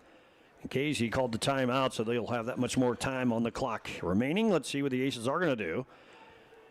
They're going to, right now, act like they're going to line it up, but now they're going to drop Wiggins back, it looks like, as they present the line. Man, shuffling a lot of players left and right. But it is Wiggins dropping back inside his own 40. Casey drops a man short and long. And here's a low snap, picks it up off the ground. He gets the kick away in time, falls down, but I don't think he was hit. And the kick manages to get inside to the 20 to the 15-yard line. Return man is going to return the ball 13 to the 27. He kept going. We hung on him, but didn't bring him down until the 27. But Casey made something out of that. They still got a ways to go with 2 minutes exactly to go. Julius on the return could have been brought down around the 15 and scampered all the way to the 27. We could not bring him down. So Casey's got to go 72, 73 yards in 2 minutes with one timeout. So we'll see what they've got. Aces have done pretty well on the backside of that defense so far tonight. Let's see if we can keep it going or keep the pressure on him. We've hurried the quarterback a couple of times. Let's see what we do here. It'll be Nolan Clement. One set back to his left. Receivers are split. And it's Karras back there now, man in motion. That's Sullivan. He fakes the pitch, throws it to Sullivan. He's catchy. He caught it, gets by 2 men. Sanders between 2 tacklers and gets across the 40 to the 41-yard line. That was Kellen Sullivan on the catch. His first reception of the night, the second completion of the game for Casey. And that's a big play up to the 41-yard line. So now the Warriors have a wide out and a slot to the left side. Quarterback in the shotgun, also a wing off to the right.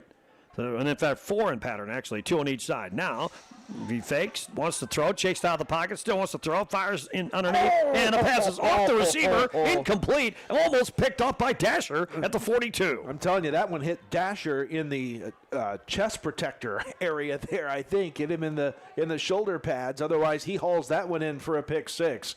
First incompletion in 3 tries now for Clement. Stops the clock with 1:36 to go, second down. 2nd and 10 now for Casey. What a great ceremony before the game, Kyle. Well done on that ceremony, by the way. Takes a lot of people to pull that off, and glad to recognize 5 greats. Mount Carmel football in all sports history. Now the Warriors go trips left side, one receiver right, ball's dropped, center, the quarterback picks it up, now he's in trouble, tries to just run with it, and manages to claw his way back for maybe a yard to the 43-yard line. Casey will spend their final timeout right here with 1:28 to go, but Clement does get a couple of yards. So another timeout called by Casey Westfield, and our timeout's brought to you by Country Financial Advisor Tia Morgan. Yeah, that's the right billboard, right? All right, Tia Morgan. Well, week 7, I kind of get saved. Okay. We're going to take a 30-second break. We'll be right back. Have you or someone you love received an abnormal breast screening result or breast cancer diagnosis? The Ticket for the Cure program at the Wabash County Health Department in Mount Carmel is here to help. Now offering patient navigation services for eligible residents of Wabash, Edwards, and Richland counties. We're with you every step of the way. For more information, call 618-263-3873. That's 618-263-3873. You don't have to face it alone. Well, the Snake Pit Tailgater's feeding us well tonight. Thank you very much, guys. Appreciate her. We appreciate that indeed. Tacos in a bag on the menu tonight. And way too nice of desserts, by the way, which I had to sample. 3rd down and 8. Big play here for Casey. Trips to the left side. One receiver to the setback is to the left of the quarterback, and Clement is back to throw in on him. They can't get to him instead. The pass is incomplete. Sails left side at midfield. Now it's 4th down. See what the Warriors are going to do. Kellen Sullivan, the intended recipient of that pass, over on the sideline, too high to haul it in. And so now the Aces will get the ball back as Casey will punt with 1:22 on the clock. We have a timeout left. Of course, we've seen Erickson out there before, and that meant nothing last time we saw him out here. Yeah. But it's not even him. It's Clement who punts, I think, and that's the confusion.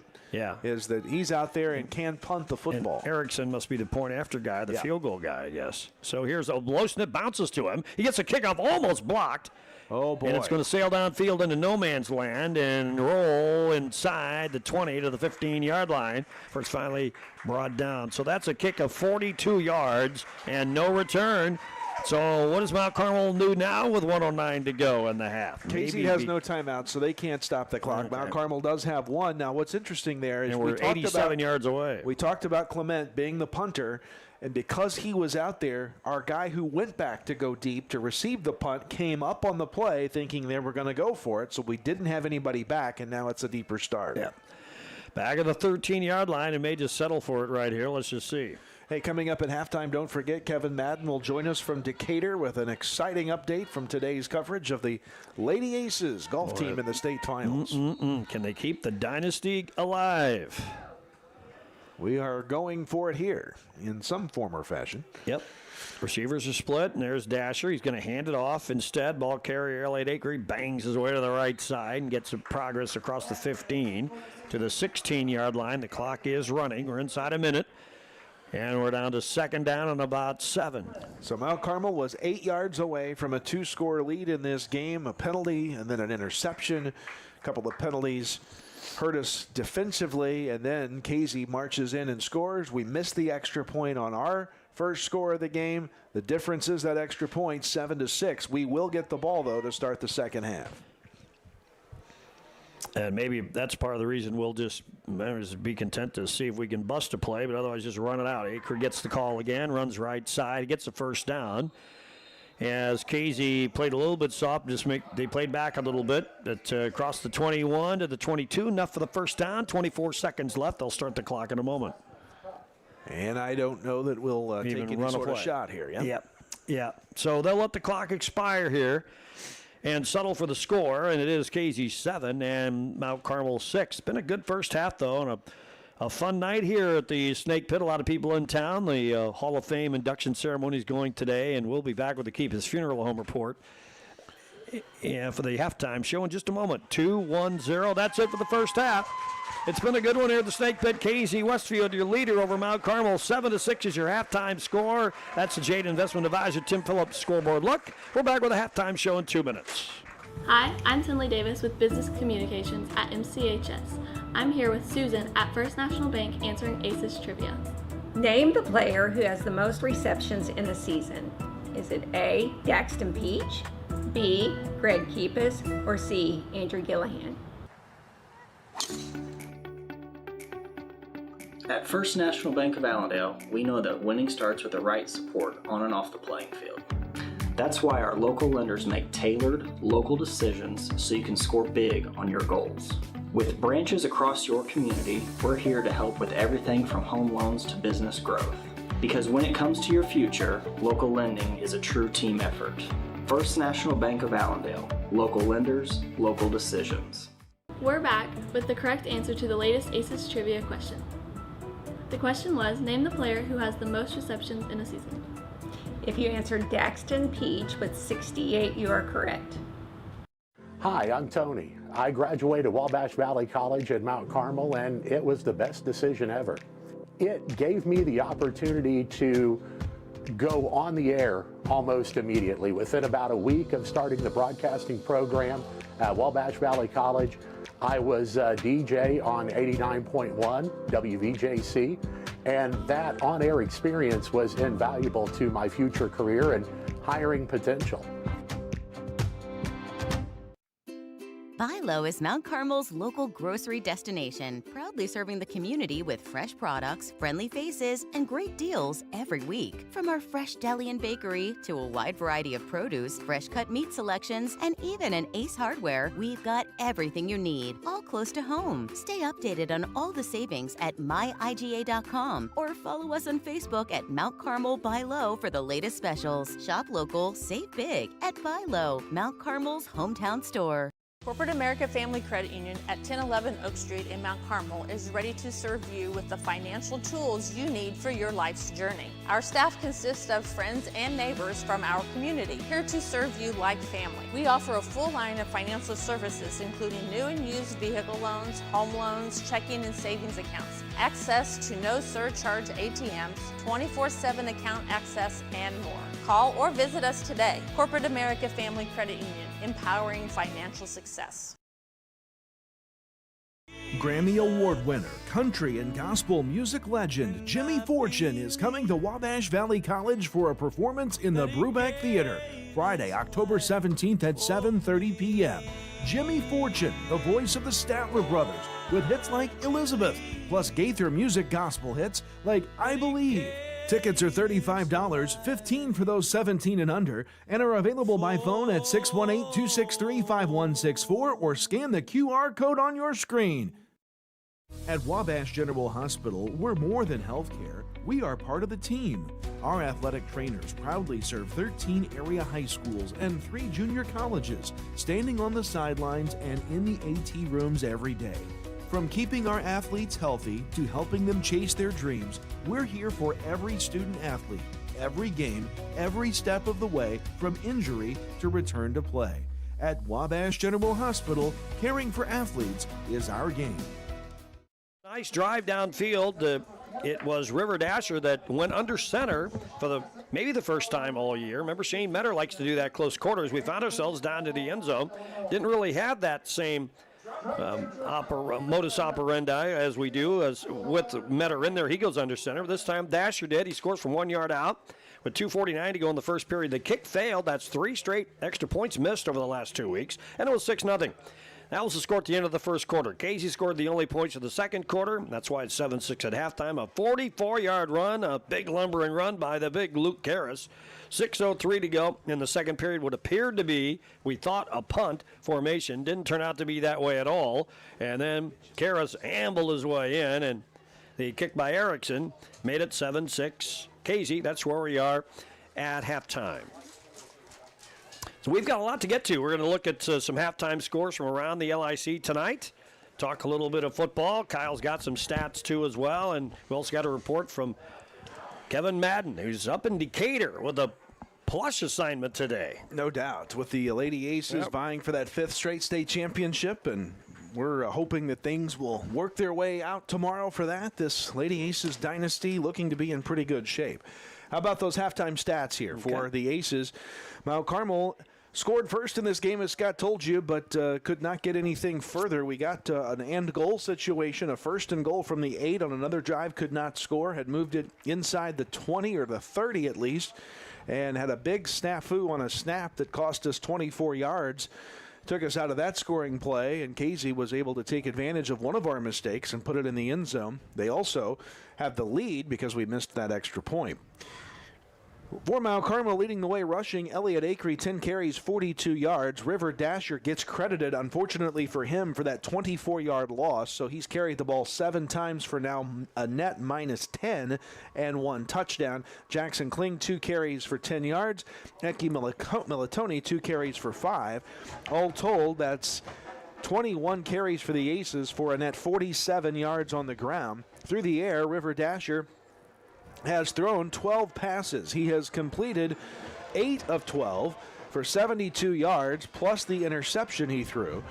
So 72 yards through the air, 47 on the ground. Mount Carmel 119 yards of total offense in the first half. For KC Westfield, it was Luke Harris who's carried the ball 6 times for 49 yards and a score. And that includes that 44-yard touchdown run. Nolan Clement, 4 carries for a net 8. And Mr. Santillan has carried it twice for 14 yards. So 12 carries, 71 yards, and a touchdown on the ground for KZ. Through the air, Clement has completed 2 of 4 passes for 27 yards. KZ a net 98 total yards of offense in the first half. The only turnover in the game belongs to Mount Carmel. Receiving for the Aces, Jack Webb, 3 catches for the evening. A total of 39 yards. Red Andrews has caught 2 passes for 21, and Elliot Acree 3 for 32. That's a look at the way the stats line up in this one. And you want to take a break and do the golf report, and then we'll come back and look at scores. All right, you're listening to the Keepus Funeral Home Halftime Report. We'll take a 2-minute break and come back and talk golf in just a moment. I'm Elijah Hadro with the Mount Carmel Fire Department. And I'm David James, president of Mount Carmel Public Utility Company. Did you know that working smoke alarms can significantly reduce the risk of dying in a home fire? Taking just a few seconds each month to test your smoke alarms can make a life-saving difference. Simply press the test button to ensure they're working properly, and don't forget to follow the manufacturer's instructions for regular cleaning to keep your alarms in top condition. Introducing the Student Plus account from First National Bank, a free checking account designed for students and parents alike. With Student Plus, parents stay in control with real-time alerts and spending limits, while students learn to manage money safely and independently. Instant transfers, lost card protection, and customizable features make banking simple for the whole family. Getting started is easy. Just visit any First National Bank of Allendale branch with your student, set up mobile banking, and choose the features that work best for you. Student Plus accounts with First National Bank. Parents choose the controls, students learn responsibility. My name is Alexis Johnson. I'm from Brookston, Indiana, and I'm in the Physical Therapy Assistant Program at Wabash Valley College. Some of the hands-on activities we have in the Physical Therapy Assistant Program is we work on each other, getting that practice in the school setting, and then we also go to clinicals. We go out and work on actual patients with actual employees and just getting hands-on with your patients. After graduating, I plan on going back to my community, working in a hospital setting, maybe a nursing home, and just helping those people around me. This is no ordinary cup. This Scooter's coffee cup was served with a genuine so good to see you again smile. This cup has a little boost of energy just for you. This cup came with extra whip for good luck. We lost! You'll get them next time. This Scooter's coffee cup was made by your favorite barista for her favorite customer. So go ahead, scoot on around. Amazing people, amazing drinks, amazingly fast. Scoot on around. This report from the IHSA Class 1A Girls State Golf Finals in Decatur is brought to you by Wabash General Hospital, First National Bank, Motorrad, Corwin Printing, Wutler Accounting, Alluring Locks, Swanson Excavating, Tropic Tan, Mount Carmel Stabilization Group, Premium Rock Bits, Dr. Tara Horrell at River Valley Chiropractic Clinic, Health Insurance Associates, Renner Insurance Group, David Brown Construction LLC, Shorts Cunningham Funeral Home, the Smile Center, and Dr. G. Andrew Fisher. Now, from Red Tail Run Golf Course in Decatur, here's Kevin Madden. The Mount Carmel Lady Aces wrapped up day number 1 of the Class 1A state finals with a 13-shot lead over second-place Quincy Notre Dame. Mount Carmel as a team shot a .316, with Notre Dame in second place at .329. Bree Central made a charge up the leaderboard late. They are just 3 shots behind Notre Dame right now at .332. We're joined now by Lady Aces coach Karen Kelsey. And Karen, kind of, .316 is a good score, but it still seemed like it was a slow slog today. Yeah, it was very slow today. The girls were struggling a little bit, even from the very beginning, and they just had to hang in there, really. They're not, the scores, the lead, that's just higher than what we're used to. We don't really like to play this high. But yeah, even Savin said that, still a 13-shot lead. I mean, everyone else in this state just pedaling, and they look up and say, man, Mount Carmel's not, satisfied with a 13-shot lead. Not that you're not satisfied, but still, that's still room for improvement tomorrow. Exactly. I know the girls are going to come out and just bring that score right down tomorrow. They'll come back shooting their normal score. Nobody shot their normal score today, but except Ella Turner. I'm super proud of her. She came out of here with an 83, and that's just really commendable for her. I'm excited. This is her first year at a state tournament, and she did a great job. And you just count the top 4 scores, and Ella's was one of them that counted, and you really needed that to maintain that 13-shot lead. Absolutely. Every stroke counts at this point. We don't know what Quincy Notre Dame's going to come do tomorrow, but we know what we're going to do, and we're going to come back and move right, make the lead even bigger. What's the plan for tonight now, getting the girls ready for tomorrow?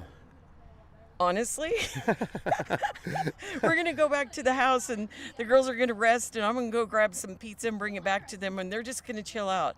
They have a little game they play, a board game that they like to just group bonding and just relax, and they're going to forget about this round of golf, and we're just going to start over tomorrow. Bring home that 5th straight championship tomorrow. Well, we're going to try. We're going to play our best, and we're going to try and have that happen. Karen, thanks a lot, and good luck tomorrow. Okay, thank you, Kevin. That is Lady Aces coach Karen Kelsey again after day 1 of the state finals here at Red Tail Run Golf Course, Mount Carmel with a 316. And in second place is Quincy Notre Dame at 329. Mount Carmel a 13-shot lead headed in to day number 2 tomorrow. We'll be here with reports throughout the day and on Facebook as well. From Decatur, I'm Kevin Madden here on WSJD. Back to the halftime show after this on 100.5. This report from the IHSA Class 1A Girls State Golf Finals in Decatur has been brought to you by Wabash General Hospital, First National Bank, Motorrad, Corwin Printing, Whatler Accounting, Alluring Locks, Swanson Excavating, Tropic Tan, Mount Carmel Stabilization Group, Premium Rock Bits, Dr. Tara Horrell at River Valley Chiropractic Clinic, Health Insurance Associates, Renner Insurance Group, David Brown Construction LLC, Shorts Cunningham Funeral Home, the Smile Center, and Dr. G. Andrew Fisher. Stay tuned for more reports from Decatur on 100.5 WSJD. Bilo is Mount Carmel's local grocery destination, proudly serving the community with fresh products, friendly faces, and great deals every week. From our fresh deli and bakery to a wide variety of produce, fresh cut meat selections, and even an Ace Hardware, we've got everything you need, all close to home. Stay updated on all the savings at myiga.com or follow us on Facebook at Mount Carmel Bilo for the latest specials. Shop local, save big at Bilo, Mount Carmel's hometown store. Meet the dentists at Comprehensive Dental Care of Mount Carmel. Dr. Bryce Miller has proudly served the residents of his hometown for over a decade, bringing advanced training in the field of implant and cosmetic dentistry to the local community. And Dr. David Miller has been practicing now for 40 years. In that time, his goal has remained the same: to provide patients with high-quality care tailored to their health and well-being. Let our team at Comprehensive Dental Care put our quality, compassionate care to work for you. Give us a call today. I chose Wabash Valley College because I didn't really know what I wanted to do right after high school, and today I can say it was the best decision that I could have made. When I was here, I had the chance to join different clubs and to take a couple different classes, and I really expanded on my interests. In my classes, I learned what I liked and I learned what I didn't like. So I did get to meet new friends. I joined a bunch of clubs, practiced some leadership skills, and kind of gradually grew into adulthood here, and so I'm very grateful for that. My name is Jonathan Leach. I graduated in 2013 from Wabash Valley College, and that's why this was the best decision for me. At Wabash General Hospital, we're more than healthcare. We are part of the team. Our athletic trainers proudly serve 13 area high schools and 3 junior colleges, standing on the sidelines and in the AT rooms every day. From keeping our athletes healthy to helping them chase their dreams, we're here for every student athlete, every game, every step of the way, from injury to return to play. At Wabash General Hospital, caring for athletes is our game.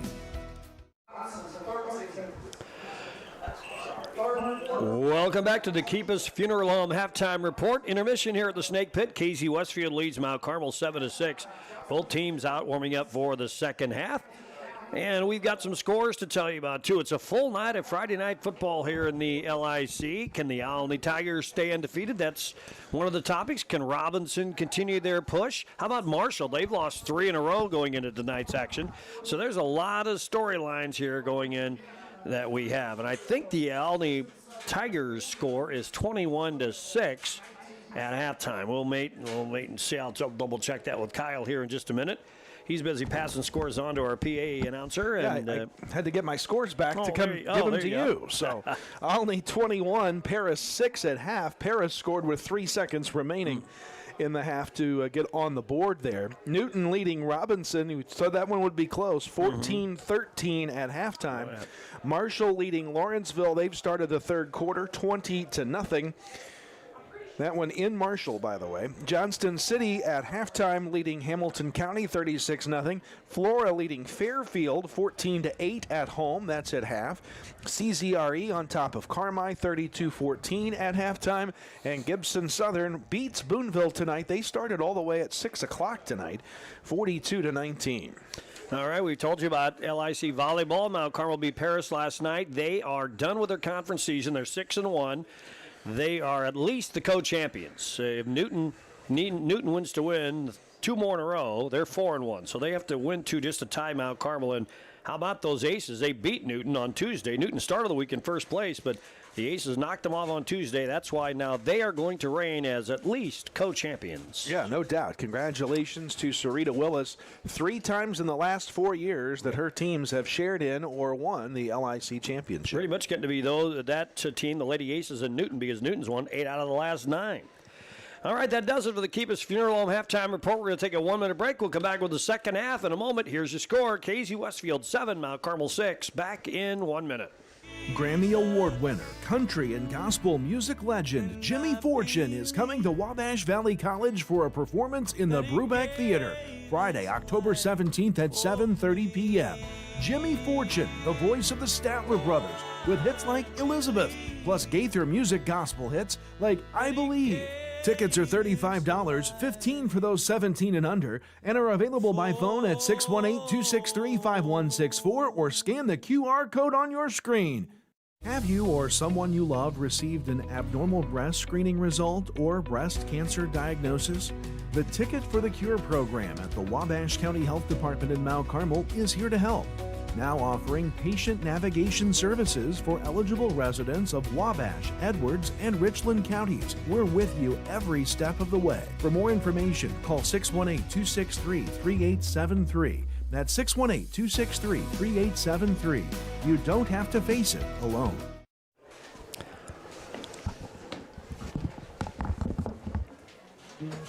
We are almost ready for the second half here of this ball game. It's Hall of Fame night. Induction ceremonies held before the game. And what a great class of inductees the 2025 bunch is. Great coaches, legendary coaches, a state champion wrestler team. And the team that we picked this year to go in there is the 2001 state finalist team that took Addison Driscoll to the mat before falling in double overtime in a state championship game. Wow, that was a wild night.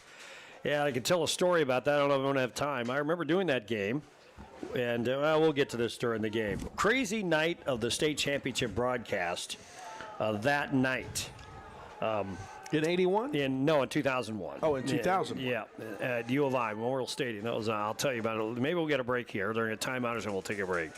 But KZ Westfield will be kicking off to the Aces, so Mount Carmel gets the football first in the second half. The left-to-right kick is on its way, and it will go long, retrieved at the 15-yard line, 20, 25, and down he goes at the 26-yard line. Short return, about 11 yards. That was, who was that, Wiggins? Nope. Carmichael on the return. And so here come the Aces now. Let's see if they can put together a drive like they did in the first quarter. Run the field like they did. River Dasher's throwing, what Kyle said, 12 passes in the first half, more than usual. And you heard the players and the scouting report indicate that we might throw the ball a little bit more now. And indeed, we're doing that. Of course, we've lost Shane Metter now for a time.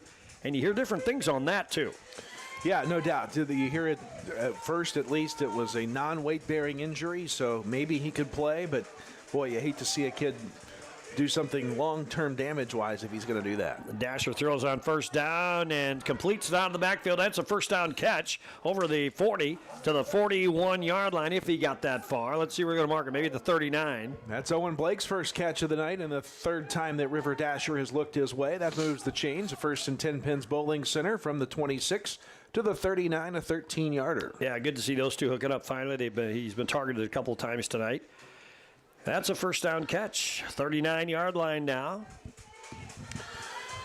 Aces have been moving the football pretty decently all night. A couple of times have stubbed ourselves in the foot. Let's cap this drive off here. Now they bring Blake out to the left side. He's the slot wide out that way. Two Dashers in the shotgun. Takes a snap. Wants to throw. It does. A short dump out of the backfield. Pass is caught Good at blockers. the 40, 45. Nice blockers ahead. Down the left sideline. Good return by Elliott Acree after the catch. I think he wanted maybe a flag of something, but they'll mark him down all the way into Casey territory at the 43-yard line. Well, and I tell you what, that was pretty. I think it looked like maybe another screen perhaps there as Acree brings it across midfield. I think that was at the 39-yard line, up now to the KZ 47.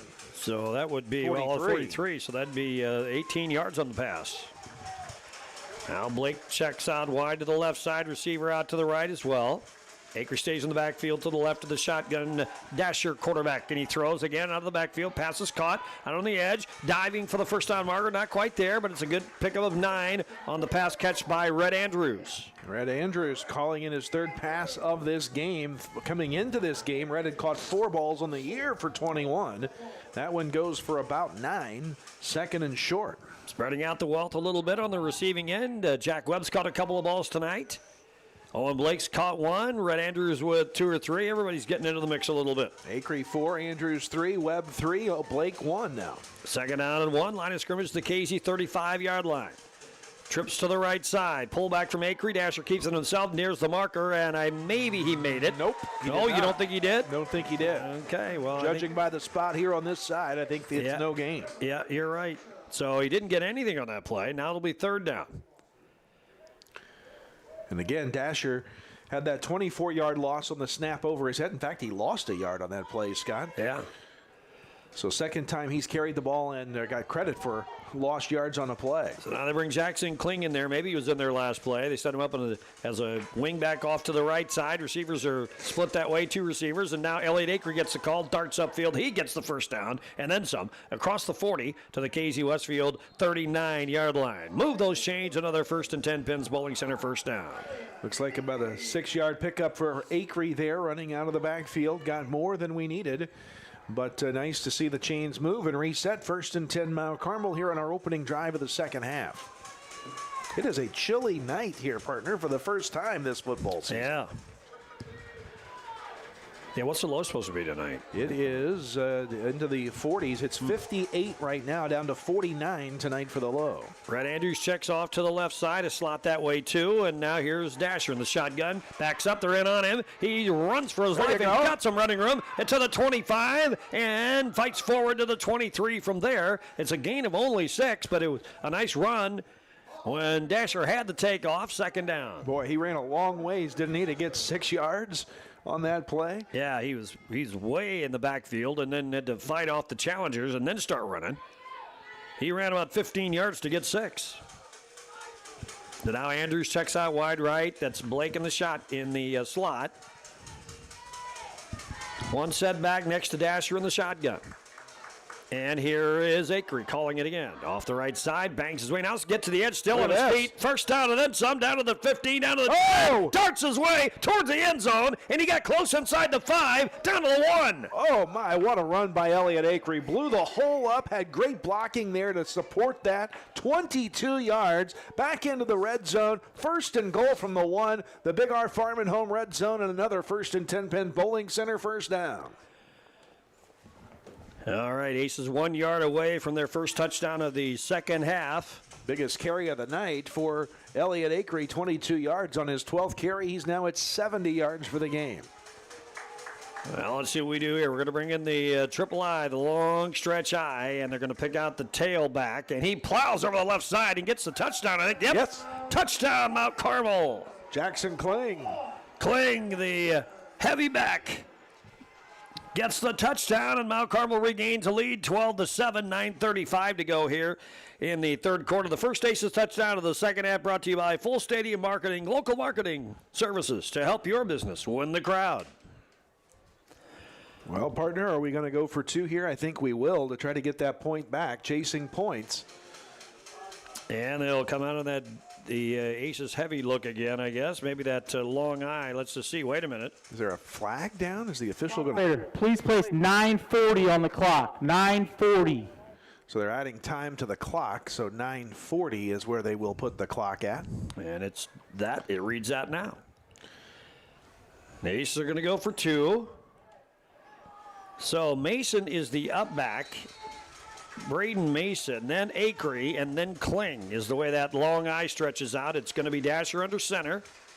Who's he going to pick out? He's going to pick out. Nobody's going to throw the ball. Looking for the end zone. The pass up for grabs, and it's caught by Jack Webb in the corner of the end zone. What a catch for 2 points, and they get the points back. Nice catch. Tough pass by Dasher, but Webb's a big guy. He didn't have to leap that high for it in the far back of the end zone, and, well, how about that?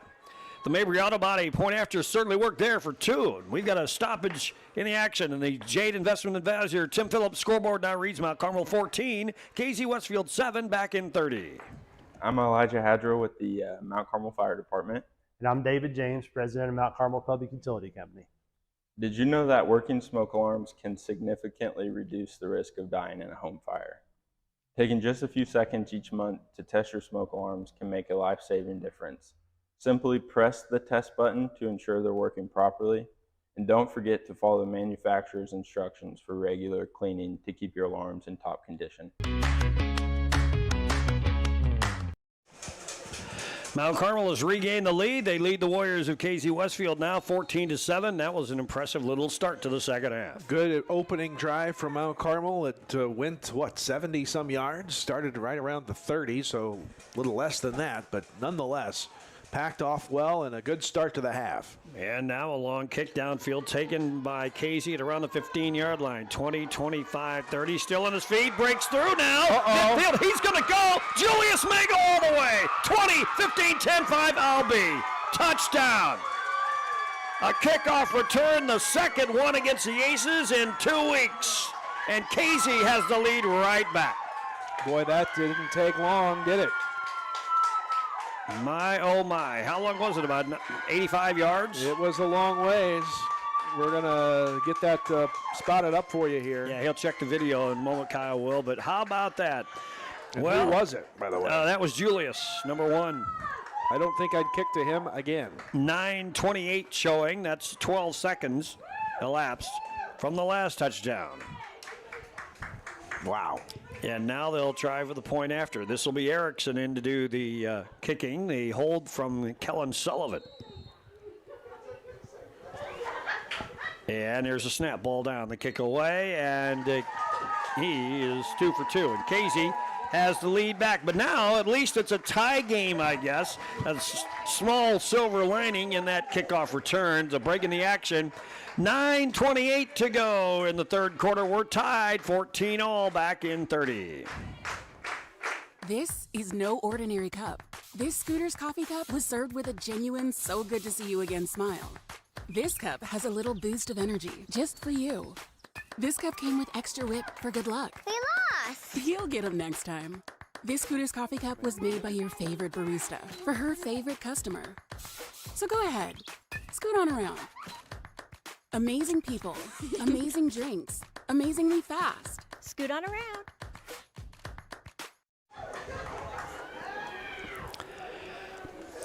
Jackson Julius just took the kickoff and went 85 yards. That's the official call. And that 85 yards, KZ has tied the game back up 14-14.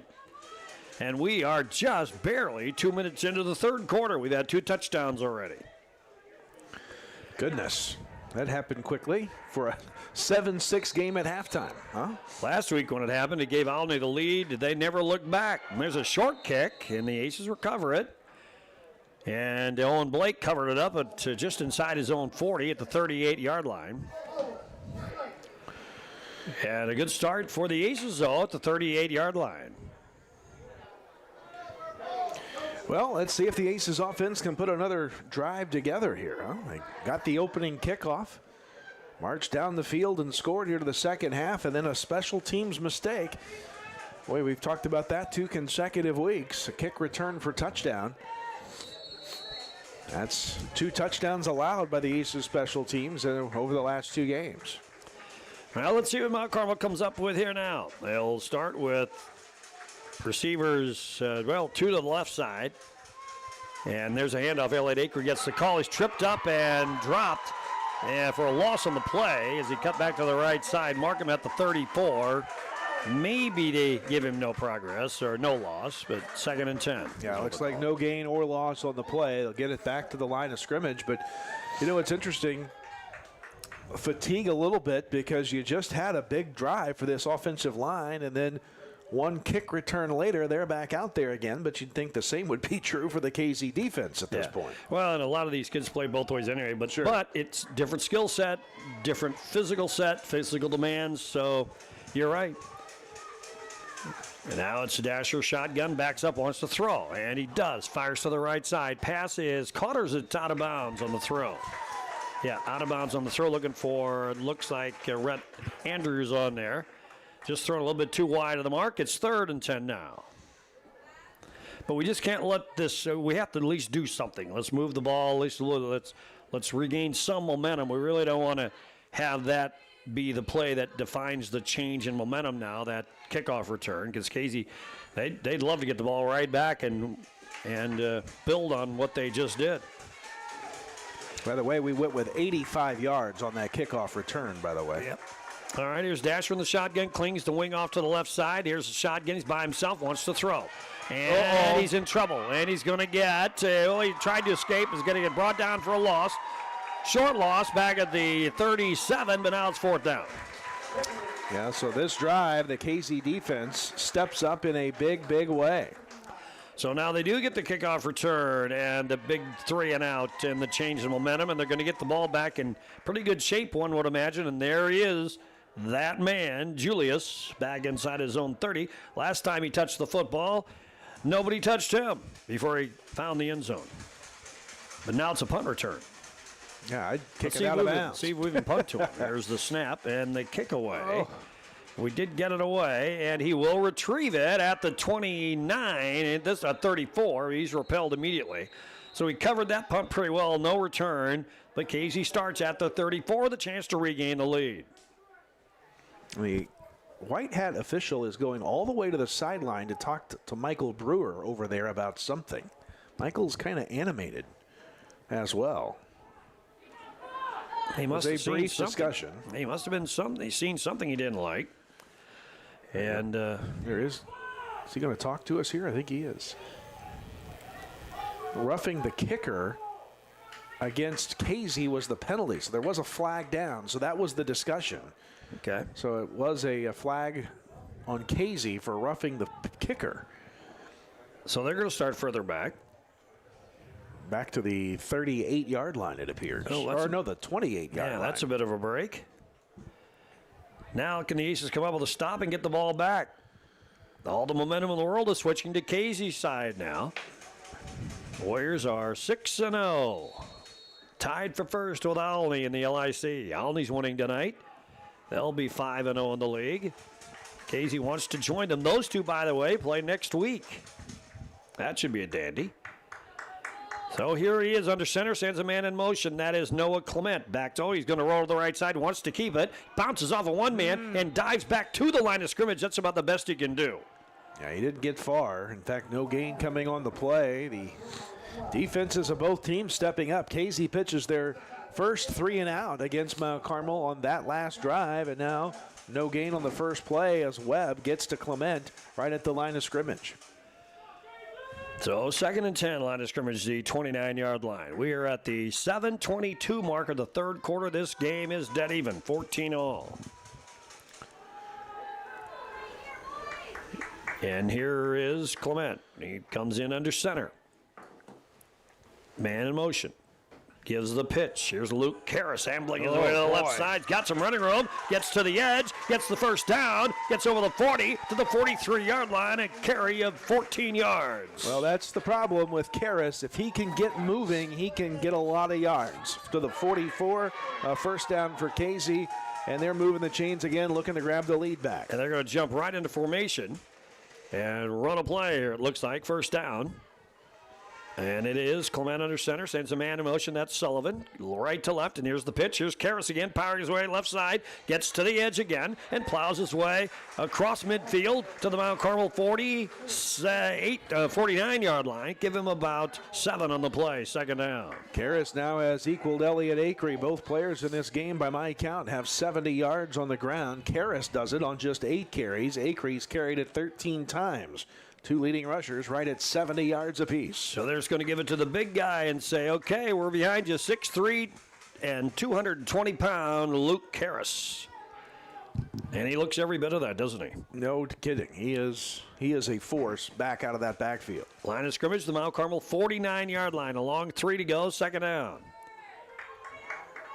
Sullivan in motion.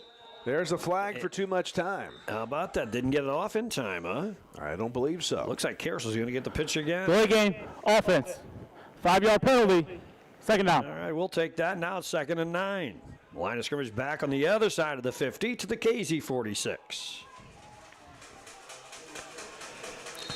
Well, next week, we're on the road at Marshall. That's not going to be easy either. Marshall lost 3 in a row. They were winning, I think, at halftime. Didn't you say, Kyle? In their game? Well, let's see. I got that up here. I got to find scores 25 different places, I think. Okay. But, yeah, I believe they had a lead over Lawrenceville. It's now 20-0 there, I believe. 2nd down and 9 here. Double wing set, man in motion. Now one of the wings in motion, right to left. And in fact, he's going to get the call back the other way. That's Nick Foudy looking for running room. Aces box him in and drag him down for a loss on the play. Well, maybe a gain to the 47, maybe 1, and it's 3rd and long for the Warriors. Now, Foudy, we haven't called his name a lot tonight. Got a touch there and really got to just about that yard you're talking about. So now it'll be a 3rd down and 7 here for the Warriors of Casey. Yeah, so he set him in motion, left side wing, comes to the center, about with the quarterback, takes the handoff, turns around, heads back to the left.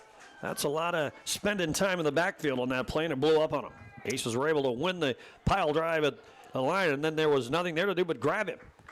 So now they've got trips to the left side, and the quarterback wants to throw, has time, and now fires out of the backfield off the hands of the receiver. He was looking for Carter Stinson on the right side. Incomplete, and it's 4th down. Well, the Aces, Aiden Reynolds came bursting through in a hot hurry and forced the quarterback in Clement to throw it a little quicker than he wanted to. It goes incomplete. That's 3 straight incompletions now for Clement through the air. And Casey's going to have to punt. The defense bends but doesn't break on that drive. Boy, the Aces stiffened on defense. I thought it was going to be the Luke Karras power show on this drive, but they did go to him, but not the last 3 plays, and now they have to give up the football. Mount Carmel drops a man deep at around his own 20, and there's the kick almost. And we make contact. Did we? Flag down. Another flag, huh? And that will drop at around the 17-yard line. But what's it going to do about the down and distance here? Yeah, the punt's 40 yards, no return, but a flag down on the play. So first the official will come and talk to Casey about this call. If we move it forward, is it a first down? Might be an automatic first, too. Personal foul, roughing the kicker. Defense, 15-yard penalty from the previous spot results in automatic first down. All right, first down and an automatic first down. So 15 yards, and now after we stopped them defensively on the Casey side of the 50 and forced a punt on 4th down, it's 1st and 10 Casey at the Mount Carmel 38-yard line. Well, Yikes. we've been frequented by mistakes. Usually things on the line of scrimmage. We've had different kind of mistakes tonight, but everyone is magnified when you're in a tough ball game like this. It's tied 14-all. And we had them stopped, and we let them off the hook like we did in the first half. Now a full house backfield set. Under center, Clement hands off. Ball carrier slides towards the left and tries to get running room, which he does, down to the 33-yard line on the carry, Wyatt Erickson. And a gain of about 4 or 5 on the play. Update from Marshall. Marshall expanding their lead over Lawrenceville now to 34-7. Am I sure that was that, or is that Hupp? That was Weston Hupp, I think. Number 10, not number 40. All right. Now again, they work out of that wishbone look, and the ball carrier tries. That's Karras. Started right, then left. Then we had him leg tackle and brought him down in cement. No gain on the play of the 33. Here it is, third down now again. 71 for the Aces. Reynolds had a hold of the legs that time of Karras, and that's the effective way to kind of bring him down, is just don't let him go any further, and he got maybe 1-2 yards out of that play. So here the Aces are again, third down, and they stay in the full house. Karras, one of the halfbacks on the back of that triumvirate, and now Sullivan gets the call, tries to get outside, and he's going to dive for the marker. Did he make it? I don't think so. It's awful close there, and maybe not. Fourth down. The official over here says fourth down. How about that? A stop by the Aces at the 29. But is this a chance for them to go for it from here? 4th and 1. Well, I'd imagine, but maybe give it to the big boy. Who but carried let's that, see. That last time? That was Sullivan. Sullivan, Yeah. Thank you very much. Now Clement will go under center, and Erickson is the back in that triumvirate in the backfield. It's fourth down here. 4th and 1. Handout. Ball carrier makes it, and then some. That's Sullivan. First down carry inside the 30 to the 22-yard line. And the drive continues. Got about 7 on that play. Needed just 1, and Sullivan moves the chains. Casey's now over 100 yards rushing on the night. And they're marching closer and closer to the red zone. Down to 2:40 to go in the third period. Tie ball game, 14-all. And there's a handoff. Ball carrier Sullivan, the tailback this time. I think that was kind of that triple I they ran out of. It seemed like it. From the looks through my binoculars, inside the 20 to the 19-yard line. They're in the red zone now for KC Westfield. Maybe just outside. Oh, just outside, yeah. Yeah, you're right. About a 1-yard gain. So second down and 9. Good spot for the Aces. Now a timeout called by, officials timeout. The chains issue over on that far side, I think. Well, I don't know. The official's going to talk to our coaching staff over there. Over there. It's interesting. Not sure what that's about. Next week we're on the road in Marshall. We're back home in 2 weeks to finish the regular season against Lawrenceville. They're bringing, so this is one of these electronic malfunctions. The down box, the electronic version that has the digit number isn't working, so they're bringing back the old flip style version. Technology is fun until it's not. So it'll be second down and 9. So forget the pylon cams and all that stuff we were talking about earlier. It's just more stuff that can break, right? Yeah. All right, how about that? We gotta go find one of those boogers first. Well, I saw it, and then I don't know where it went. It was out. But they are patiently waiting for that to arrive over there. Somebody may have to go to Chicago to pick that up. We'll be here all night. Well, always got a backup, don't we? Sure. Well, I swear I saw it, and then there I it don't is. see it. There it is. Yep. The old school version. Yep. How about that? Second down, it says. All right. This will take us under 2 minutes more than likely here in the third quarter. Line of scrimmage is the Mount Carmel 21-yard line. Casey lines it up in that full house, and there is... Oh, nice blocking by the Aces on defense. Brought down the ball carrier for a loss on the play. That was Luke Karras, I think. That may have been 22 that time. Santlin. Okay. I think. Well, the Karrases are right around there, so they must have given it to him then. Bader in on the stop. The Aces take him down for a 4-yard loss. So now third and about 13 for Casey back at the 25. 4-down territory here for the Warriors. A tie ball game. Now they line up in the straight eye. And the up back gets the call this time. Pangs his way to the left side. Finally he's brought down. That was 40 Erickson on the carry. On the carry. And he'll get to forward progress to around the 16-yard line. 4th down. Are they going to try a field goal to break the tie here? Well, Erickson was kicking before the game.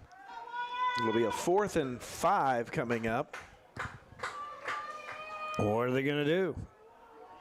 Yep, they're going to try a field goal here. Sullivan is going to hold at around the 25-yard line. It's going to be a 35-yard field goal attempt.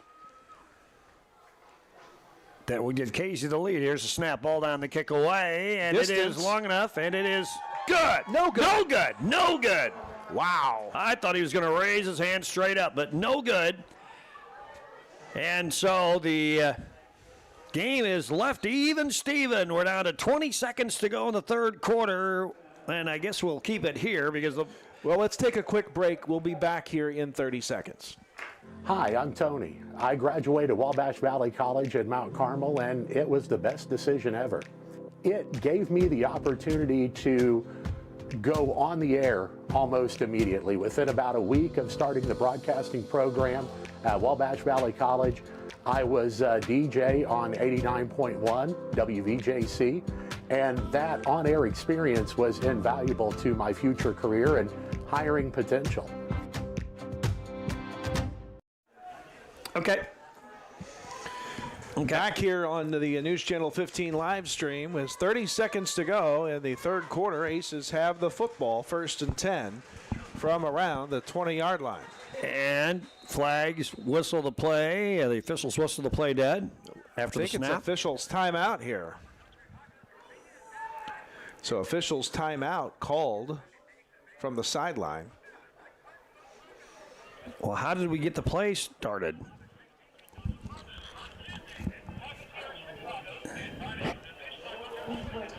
The game clock, 30 seconds. So now they're putting the time back on the game clock that had ticked down. Not sure what that was all about. So the play started, then they stopped it and said, put time back on the clock. Okay. Interesting. Not sure what that's about, but here, that's what it is. And Dasher gets a snap in the shotgun. Wants to throw. They're in on him, and he dumps it out, and it hits a lineman. That may be intentional grounding. Well, but how close in the area was number 6 from Mount Carmel, Owen Blake? Well, apparently close enough because they didn't throw the flag. Everybody over here wanted it, and I kind of thought they should have called it. But I thought it was obviously directed in the vicinity of a lineman, but Blake was in the vicinity. The officials may still drop the flag here. We'll see. Are they talking it over? They are talking it over there. Clock has stopped, meanwhile. 24 seconds to go in the 3rd period. We can't end this 3rd quarter for anything. And what are they going to do? Are they going to throw a flag? I don't think so. Now they're going to, well, they're not done talking maybe. I don't know. Well, maybe they are done talking. And you can tell the Casey fans aren't happy, so they must be done talking. And 2nd and 10. So 2nd and 10. I don't blame them, though. Right. All right, it'll be Dasher in the shotgun. 2 receivers to the left. And Rivers going to throw. Looks now like, whistles again. The whistle and stops. false start against the Aces for 5 yards. Offense. 5-yard penalty. 2nd down.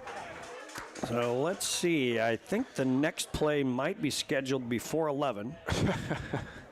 Well, the next scrimmage play. I think there have been 20-something seconds left in this 3rd quarter clock for about 6 minutes.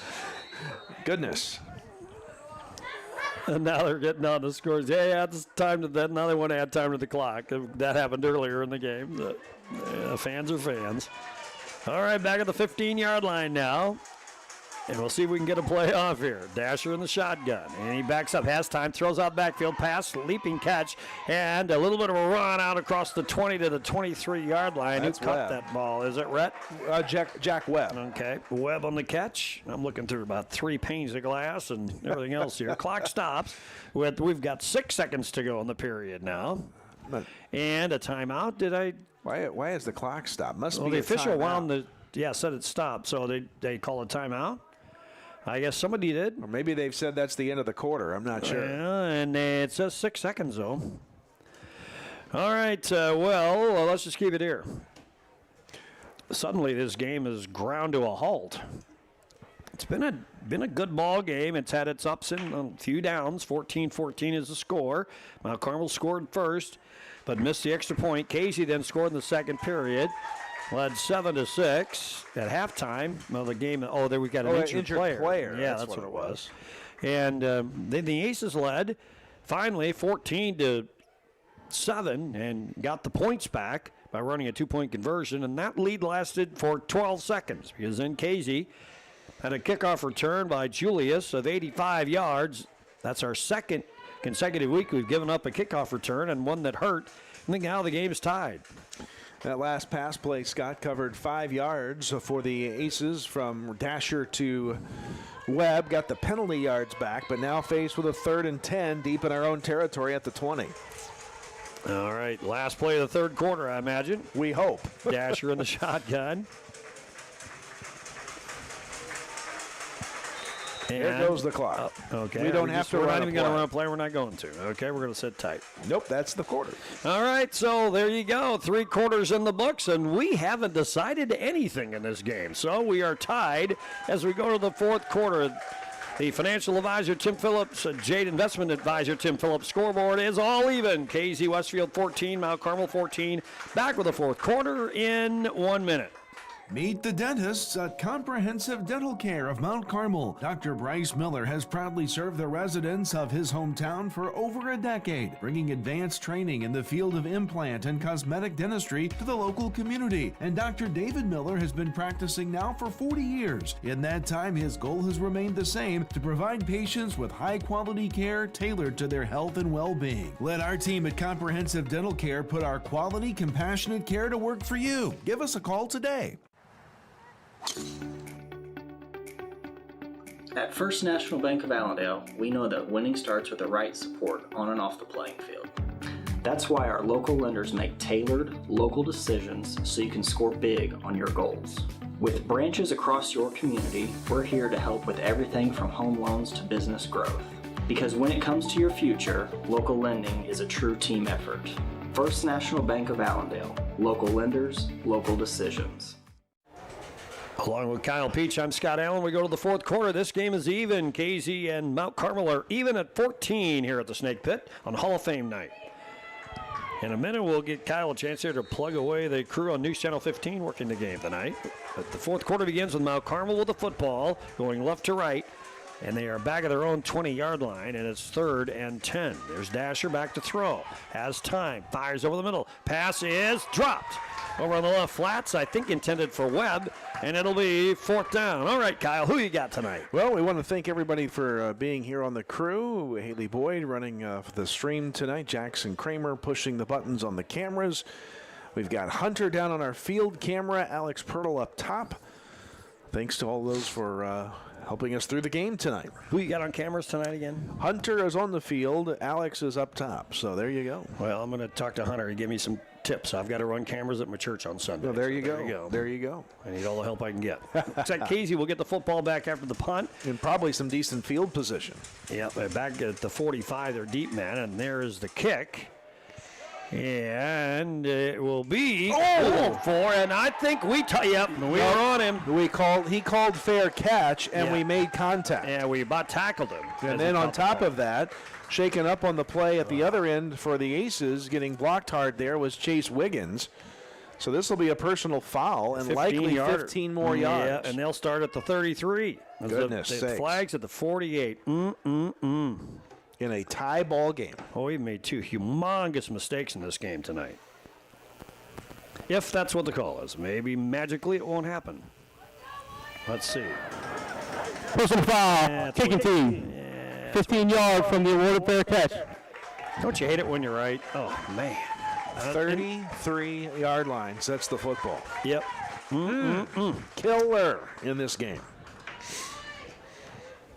All right, so we know they think they can hit the field goal from 35, and that could be a factor here in the fourth quarter. That kick had the distance. It just missed right or left. Yeah. So Casey starts from the Mount Carmel 33 here in the fourth quarter. Backs in the eye, receiver to the right side. Ball dropped on the ground. Scramble ensues. Aces think we have it. Yep, Mount Carmel thinks they do. Let's unpack it. Yes! And we do. How about that? Wow. Is that Acree on the bottom? Was it Acree or Blake? Or Blake, somebody. Yep. Well, they're all happy. How about that? Mount Carmel gets the ball back on a dropped snap. Casey on their first play after we gave them 15 yards. Wow. What a fun game, huh?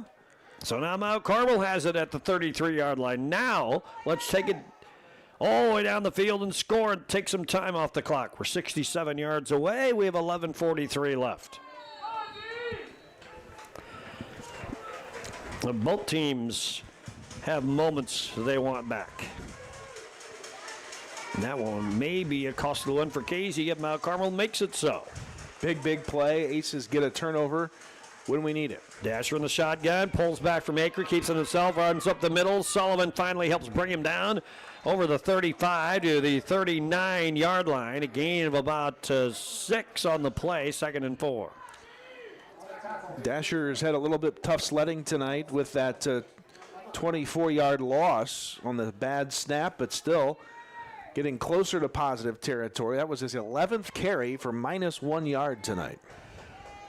He's thrown a lot of passes tonight, too, and we spread the wealth all around receivers-wise. Now, Red Andrews checks out wide to the right side. Receiver to the left is Owen Blake.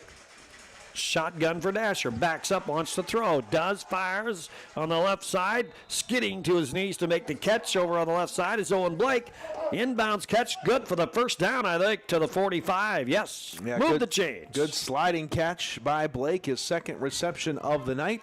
Goes for about 6 yards. The ball a little underthrown, but Blake slides down to make the play. And it's a 1st and 10 pins Bowling Center first down. And the 20th pass thrown by River Dasher tonight. So a new set of downs for the Aces. Line of scrimmage, their own 45-yard line. 14-14 is the score. Here's Dasher shotgun. Going to follow his blockers, head upfield. He gets a good 5-yard punch, pushes towards the marker. I think he has it. They're going to mark his progress right at the 40, right at the chain. Let's see. First down. No, they haven't called it yet, have they? Going to be just short, it appears. 2nd and 1. I said the opposite. Second and a half yard to go. There you go. Dasher gets credit for 9 there. Now into positive yards on the night collectively. Nice run, though, by the QB. Just a sophomore, folks. 7th career start. Line of scrimmage at Casey, 46-yard line. Double wing set now, and this time it's Dasher. Oh, he's going to get brought down for a loss. Yep. He met the stiff resistance of Fred Thomas, a 6'2", 200-pounder, who brought him down for a loss of a couple yards at the 47, and now it's 3rd and not a half, but 2.5. Yeah, closer to 2. Well, big play by this defense of Casey Westfield, stepping up at a big time, and they made a big play. The Aces have it. 3rd down now.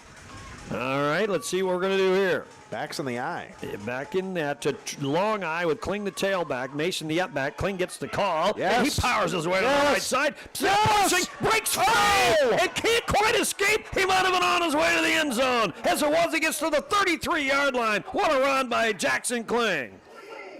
14 yards, needed a couple, and Jackson Kling just kept his legs moving. What a run by Kling.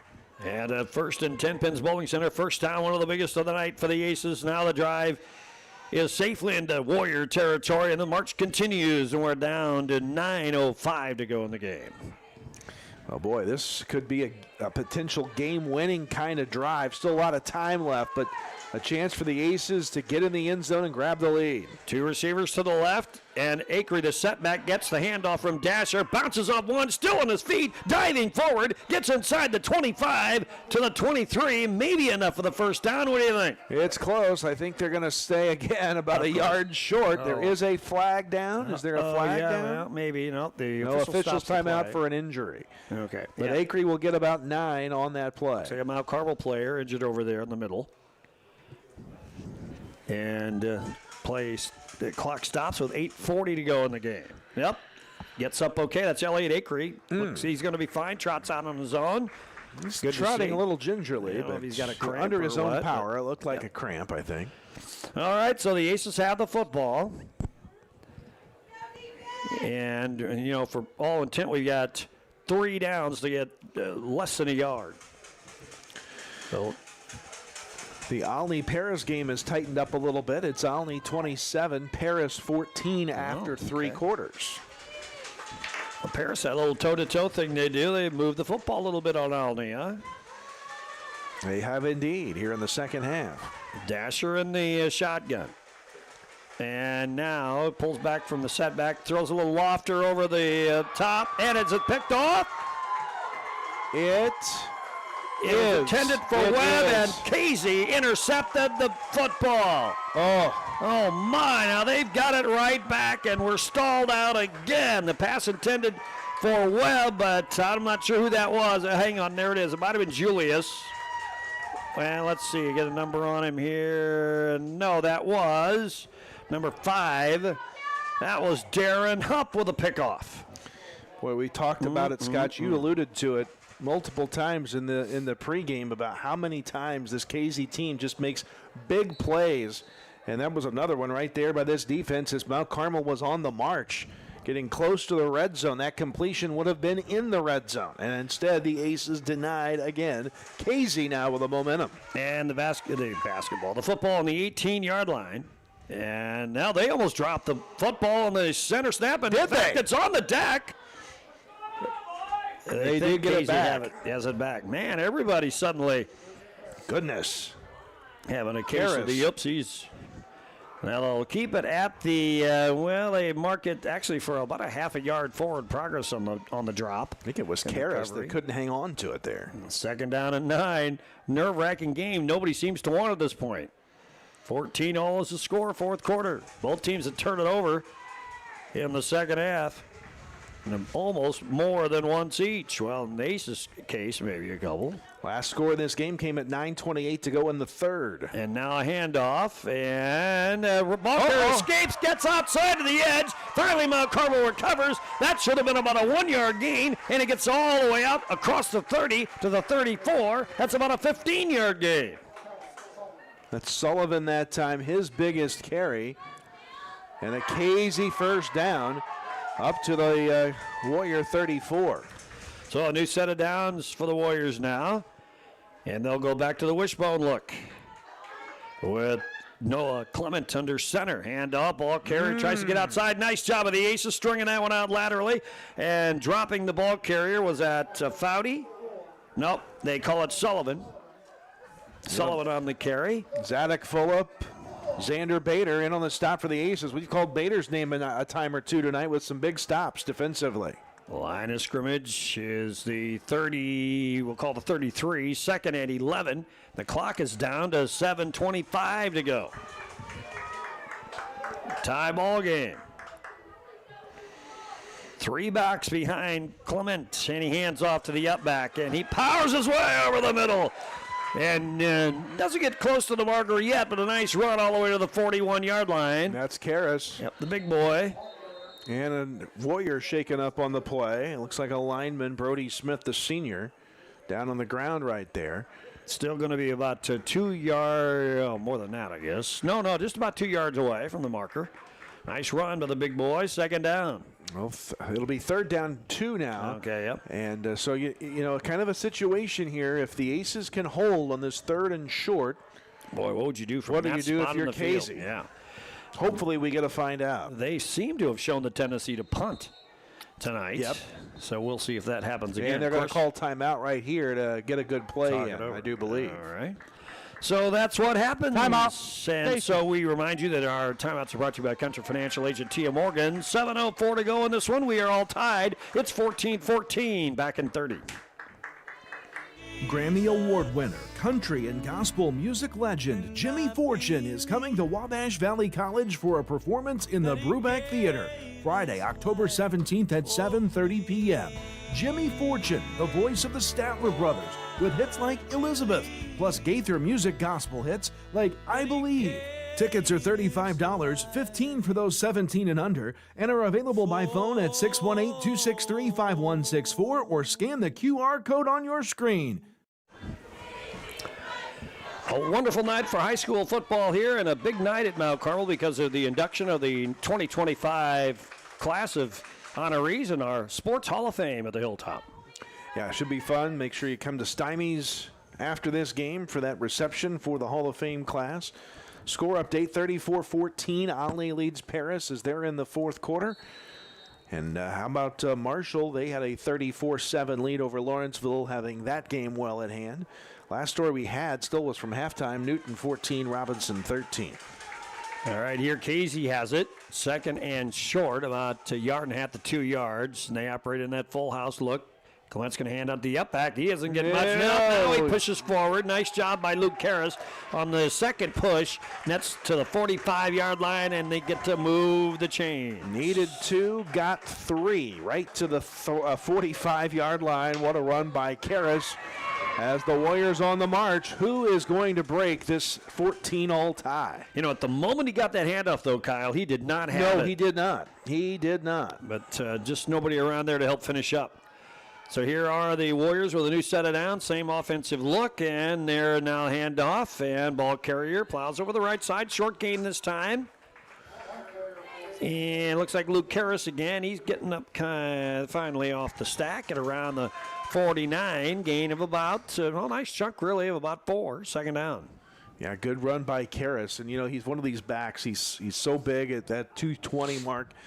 A senior leader who knows how to fall. When he falls forward. It seems about every time, and didn't seem like he got all that much, but you look up and 4 yards downfield, it's 2nd and 6. It won't surprise me if Casey tries to spring something. Maybe not this play. They're out of the full house look, but Casey's just Casey. They just do things. And here's Clint trying to run. Look at this. Outside left. Nice job of the Aces. Nope, he still found running room. Hayden gets maybe 4 or 5 yards. Well, maybe a yard to the 50 before he's bolted out of bounds.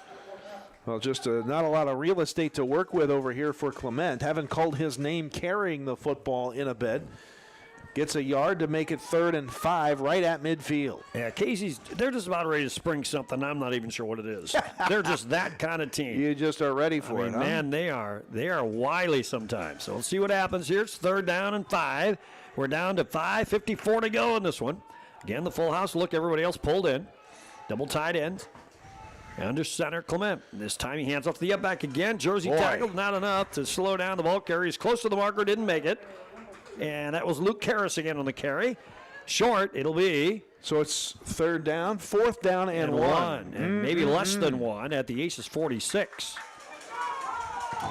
Big play. They're going to go for it. The Warriors come right up to the line. Crowd cheering on both sides. Karras is the up back, and that's Troy Vernon in the backfield. Under center, quarterback. He's going to keep it himself and plow ahead for the first down. Everybody said Karras. And it's number 12, Noah Clement, who dives over the 45 to the 43. Move the chains. Another first down for KZ. On top of everything else, as we've talked about, Scott, this Aces team this year is not a team that likes to score quickly. They like to run some plays and move it slowly down the field. The clock's going to become an issue here. 5:17 left in the game. And now they go to that long eye now. 3 setbacks behind the quarterback lined up, and there's the pitch, and there's Sullivan looking for it. That's going to find it, and they're going to bring it down. He got off the hook and runs for a first down. Unbelievable. He was dead to rights, a loss on the play, and we didn't close, and he found some running room on the right side, and Sullivan gets all the way down to the 26. What a break for Casey. It was going to be about a 4-yard loss. Instead, it's a 17-yard gain up to the 26-yard line and a KZ first down. Oh, my, oh, my. All right. Didn't wrap him up. Now they operate in that long eye again. Here's Clement, and he's going to hand off this time to the tailback. Ball carrier slides, tumbling his way to the left side. Kellen Sullivan again. Mark him down inside the 25 to the 23-yard line. Gain of about 3 or 4 on the play. Second down. Boy, a good carry on first down. Leaving him. Now, obviously, they could try a field goal. They're back within range again. Well, they're down inside the 4.5-minute mark in this game, too. We're all tied 14-all. And a timeout called by who? Us? Mount Carmel. Mount Carmel calls a timeout. They're brought to you by Country Financial Agent Tia Morgan. I'm breaking the action. 4:27 to go. This one's tied 14-all back in 30. Meet the dentists at Comprehensive Dental Care of Mount Carmel. Dr. Bryce Miller has proudly served the residents of his hometown for over a decade, bringing advanced training in the field of implant and cosmetic dentistry to the local community. And Dr. David Miller has been practicing now for 40 years. In that time, his goal has remained the same: to provide patients with high-quality care tailored to their health and well-being. Let our team at Comprehensive Dental Care put our quality, compassionate care to work for you. Give us a call today. We have 4 minutes, 27 seconds to go in this deadlock game. KZ Westfield 14, Mount Carmel 14. Well, Massey said this would be a three-point ball game, and it is. It's a close one. It's living up to that hype, isn't it? Second down, 5, just outside the red zone. Sit the KZ Westfield Warriors. 4:27 left. Regulation tied up 14 all. Let's see what they do. They've gone to the long eye. They've been out of the wishbone.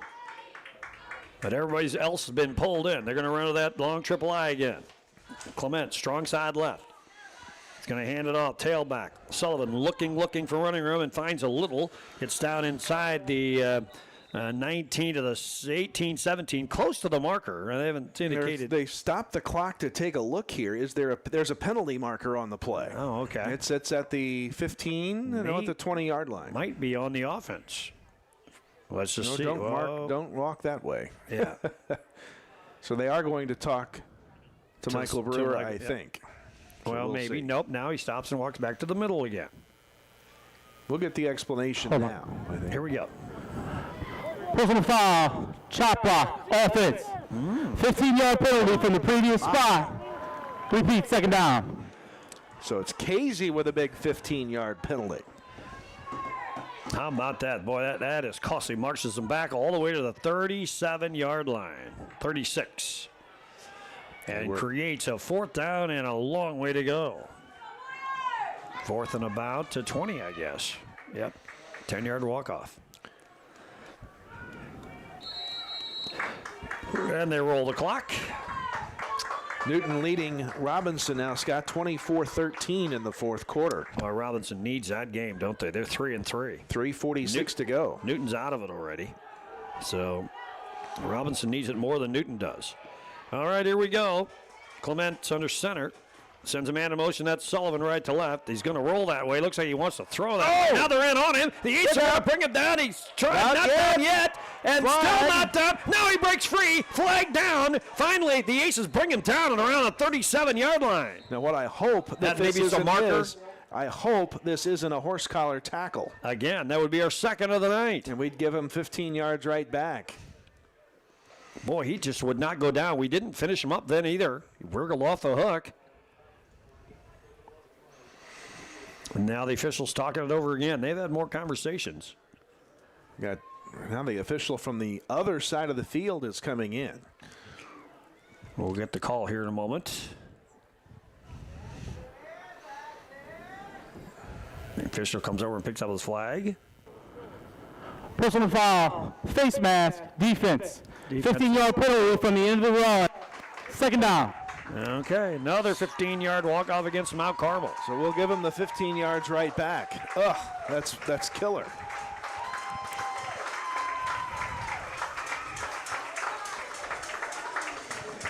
And they'll mark the football right back where they had it, huh? They will indeed. The line of scrimmage is now the 23-yard line. And we're down to 3:46 to go in this one. Tie game, 14 all. So now it's 1st and 10 again for KZ. No, second down and 6 here, partner. Okay. Oh, is that what it is? Second down and 6. 15 yards wasn't enough to get them the first down. And again, the long eye now for KZ. Here we go. The handoff to the tailback. That's Sullivan looking for under him. Gets a little bit. Gets it around the 20-yard line to the 19-yard line. Still short of the marker. So now it's third down and about 3. All the while, the clock keeps going down. We're down to close to 3 minutes left. So, and apparently they've got a kicker. You think if they don't get it here, they go for the field goal to take the lead? I don't know. From this distance, they may just go for the first down. We'll just see. And maybe 2 downs from here. Now to that straight eye again. Handout ball carrier, pushing. Sullivan trying to get the running room. Maybe he did, down to the 10-yard line. First down. And I don't know if it's first and goal yet or not. Let's see where they place football. Looks like it could be first and goal. Where are they going to place it? Looks like Nope, at right the on 15. the 10. At the 15. Oh, the 15 anyway. All right. So first and 10. Casey Meanwhile, in the red zone, working the clock. While will we start thinking about timeouts here at some point? 2:40 to go.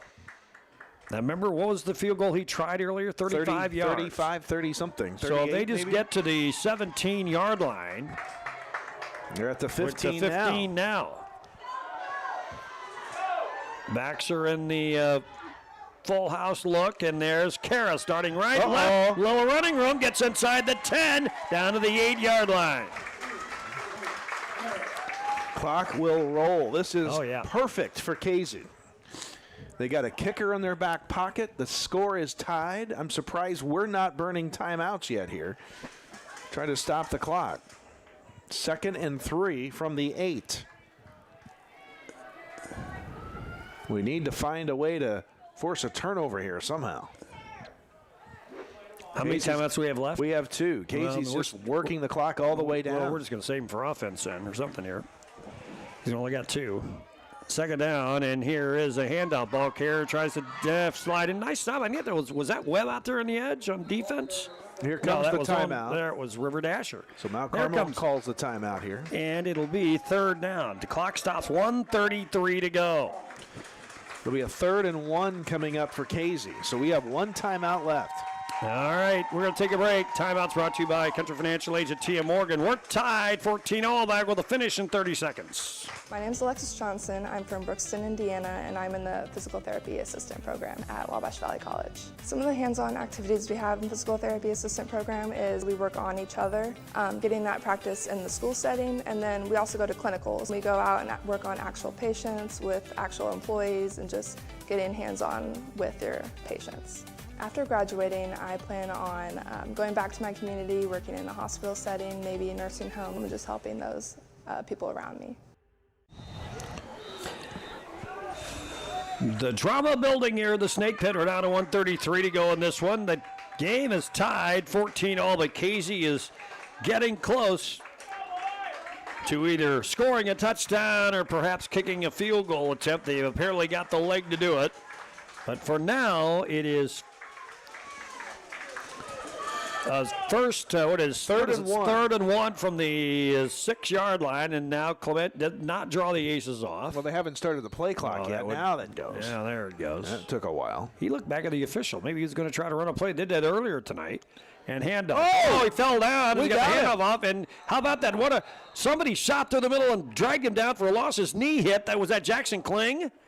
Wow, back to the 11-yard line on the play, and the Aces spend their final timeout. And now it'll be 4th down from the 11. Boy, even if they want to kick, that makes it a little more treacherous. And guess who made that stop? Xander Bader did it again. Okay. What a job for Mr. Bader. So now does that force Casey to go to the field goal here? 4th down and 7 after the 6-yard loss. Well, I don't know. I don't know his history. I know we saw him try a 35-yarder. That means the ball only got to be at the 17, so he's within that range. And I would tell you, in fact, he made the kick, right? He missed the field goal, but he had the distance. Oh, he did distance. That's what it was. Yeah. He missed the field goal, but he had the distance. Maybe there was a flag or something, but nope. So okay. How bad do they? How confident do they feel about this kid? So Mount Carmel is now out of timeouts. Timeouts brought to you by Country Financial Agent Tia Morgan. Casey does have 2 timeouts left. We would know if we had team provide stats. We would know if he had a history. Earth to Casey Westfield. Stats would be wonderful, please. The first time all season we have not had stats for the opposing team. Yeah, you've got a nice colorful sheet here, and the purple side is just about blank of data of any kind. Aces making some personnel substitutions after the timeout. Casey is still huddled up here. 4th and 7 from the 12. They'll send people in pattern. They're going for it. They're going for it, and they've got 4 lined up to the right side. They've got a wild play going here. And there's the center. He's going to swing pass to the right side, looking for some running room. I don't think he's going to make it. He's got to bring him everybody down. Finally, we do. We stop him. What kind of, well, it was a wild play. Casey's trying to pull something out of the hat. They had linemen and receivers spread all over the field and cluster of 4 to the right side. They threw that way, but nothing happened, and Mount Carmel gets the football, and we are staring overtime in the face, I think. 1:21 to go. Aces have the football.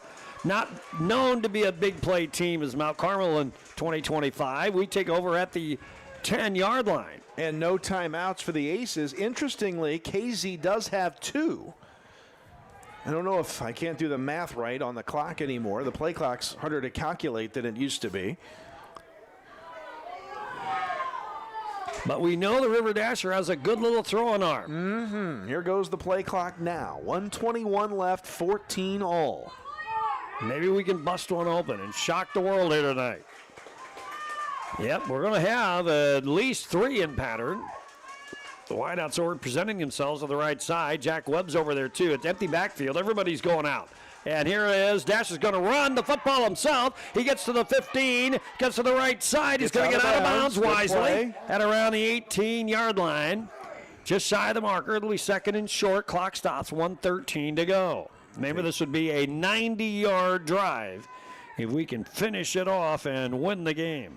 90-yard drive in 1 minute and change. 1:20 with no timeouts. All right. 2nd and 2 here. Well, we've got receivers switching back and forth. Looks like 2x2 is what we're going to settle on. Dasher's going to operate out of the shotgun with one setback behind him, Elliott Akron. And there is the end. If he's going to keep it himself again, run up the middle. Does not get out of bounds, but gets the first down to stop the clock. So they'll stop the clock anyway. Line of scrimmage, the 25-yard line. Finding some running room up the middle to shorten the depth of the field for the passing game that's probably going to come. The Aces set it up immediately, run a play after they move the chains. Dasher runs again. They're giving him that much space. He's taking it, chunking down the field. He's to the 29-yard line now. Clock running, 54 seconds. And how many timeouts do the Aces have again? 1? 0. Oh, we have none. Okay, Casey's the one with 2. Look at the clock go here. 46, 45, 44. We got to play. It'll be Dasher again, empty backfield. Take it forward to get the snap away. And we 38. still don't have it.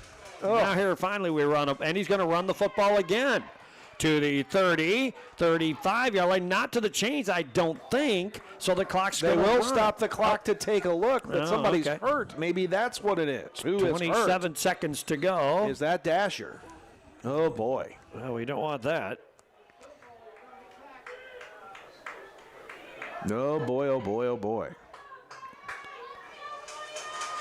I do not see number 8. Yeah, it looks like it might be the one in the middle of the field. Clock stops again, as we mentioned. 27 seconds to go. Ball at the 40-yard line. Haven't strung a pass yet on this drive. It will be a first down. They're going to say a 1st and 10 for the Aces. And Dasher does get up. Is it in fact Dasher? It is, and he is does not look well. to be a little bit hobbled now as he's going to be helped out of the game. That's the starting quarterback from Mount Carmel going out. And who's our next stop? Well, it's not Shane Metter. Once we again, know who that. would be that. That's huge. Well, let's see who we bring out there. That might be Keepus. The Aces hustle up to the line. Is it Jack Keepus? Is it Owen Blake? And hand up, ball carrier, left side. Maybe we're just going to. That's Owen Blake. Yeah, we'll just settle for OT and now. That's I would think. Acre, who took down about to 4 yards. Down to 10, and so we are headed to overtime here in this game. So we're going to let it count down. 3, 2, 1. And how about that, folks? We're playing overtime here tonight at the Snake Pit. We are even at the end of regulation, 14-14. Overtime is next. We're going to take a 2-minute break. Come right back. Buy Low is Mount Carmel's local grocery destination, proudly serving the community with fresh products, friendly faces, and great deals every week. From our fresh deli and bakery to a wide variety of produce, fresh cut meat selections, and even an Ace Hardware, we've got everything you need, all close to home. Stay updated on all the savings at myiga.com or follow us on Facebook at Mount Carmel Buy Low for the latest specials. Shop local, save big at Buy Low, Mount Carmel's hometown store. Drive into fall at Steve Faulkner Automotive. Get a new Ford F-150 up to $6,400 off MSRP. Get 4.9% for 84 months on 2025 Explorers. Find your new vehicle at SteveFaulknerAutomotive.com. Prices have fallen at Steve Faulkner Automotive. Get up to $6,000 off a new Jeep Wrangler or a Jeep Cherokee L up to $8,000 off or 0% for 60 months. Come in today or go to SteveFaulknerAutomotive.com. Have you or someone you love received an abnormal breast screening result or breast cancer diagnosis? The Ticket for the Cure program at the Wabash County Health Department in Mount Carmel is here to help. Now offering patient navigation services for eligible residents of Wabash, Edwards, and Richland counties. We're with you every step of the way. For more information, call 618-263-3873. That's 618-263-3873. You don't have to face it alone. As a faculty member, Wabash Valley College was the best decision ever. I've always been excited to return back to Wabash Valley as an employee to inspire students the way I was inspired when I went to school here. And what I love is the sense of community that I have with my coworkers and being able to provide that to our students.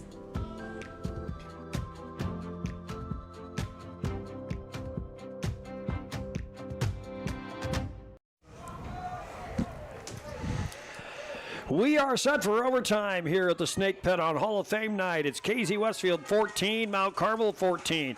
Well, Kyle, we know that it's going to be tough for us to go 90 yards, but we can go 10. Yes. Now at least we're into OT. Yeah, and this is the point in the game. Obviously, when you get to overtime, each team gets the chance to possess the football. You start at the 10-yard line, I believe, or do you start? You start at the 10. I wondered where that official was going with the football, but it'll be first and goal for each team, a chance to possess the football, and the penalties in these situations become daggers. Yeah, you think they've hurt us already in this game, which they have on numerous occasions. They will be killers now. Yeah, they will. They could kill the game in essence, and it will be who is going to have the ball first. I think Casey is going to have the ball first, which is, if you're Mount Carmel, that's what you want. You want to see what you have to do. So Casey has the ball first in our first overtime period. Can you imagine? It could come down to a point after kick. It very much could be. Oh, my. All right, Casey gets it first from the 10-yard line, or we could play 5 overtimes here. Keep in mind, both these teams can push the ball down the field. We have missed 3 consecutive PATs over the last 2 weeks, if that becomes a factor. All right, but Casey goes first. They'll be going from right to left as you visualize. They'll be going from the north to the south side. So they'll be looking at the south end zone if you're into that kind of thing. Right to left makes a little more sense. Going in the direction of the scoreboard here at Riverview Stadium. Go. And they'll operate in the long eye, which we like to do too on occasion, but now these guys do too. It'll be Noah Clement under center. And here's the first down play. Hands it to the tailback. Looking to get, Kellen Sullivan's all the way to the 1 on the first carry of the OT. Called the 2-yard line. It'll be second down. Sullivan has kind of come to life here for these Warriors in the second half and now in overtime. 8 yards on the first play of OT. Second down and goal at the 2. So they've got Erickson as the up back in the T. Yeah, it was straight I should say. The middle back is Karras. And here is second down from the 2. The tailback, Sullivan gets it again, powers left side, gets it. Touchdown, Casey, on the second play of overtime. And it's now 20-14, Casey Westfield in the first OT. Sullivan with a 2-yard run. And again, as we go here, the extra points will be critical. But are they going to kick it here? Yeah, here he comes. Or maybe not. This would be an opportunity. If we score now on this, I bet we just go for 2, even if they make this point after. Well, now they're going to go for 2. Trying to really put the pressure on. We're going to spend our timeout right here because we weren't ready for that. Yeah, so Casey presents a 2-point conversion attempt. So we call the timeout, take a break, and we will take a break too. Country Financial agent Tia Morgan is a sponsor of the timeouts. We've got extras for you tonight, Tia. It's an overtime. Casey leads 20-14 back in 30. I'm Elijah Hadro with the Mount Carmel Fire Department. And I'm David James, president of Mount Carmel Public Utility Company. Did you know that working smoke alarms can significantly reduce the risk of dying in a home fire? Taking just a few seconds each month to test your smoke alarms can make a life-saving difference. Simply press the test button to ensure they're working properly, and don't forget to follow the manufacturer's instructions for regular cleaning to keep your alarms in top condition.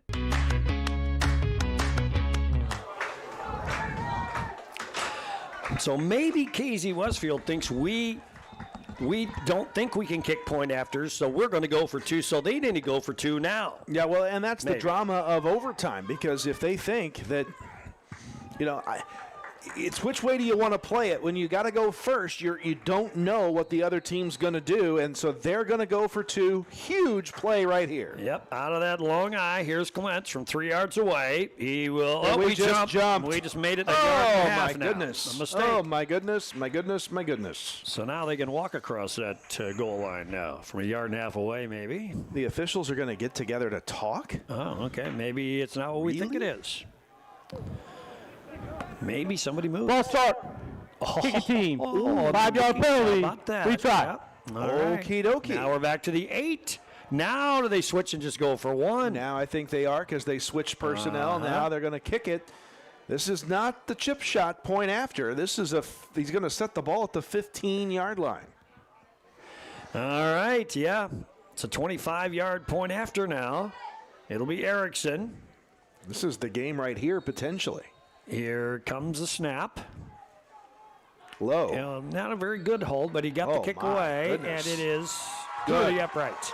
All right, so Casey draws first blood, and they get the point after. Now, I think we'll keep it here because I think we get right to it, don't we? 21-14.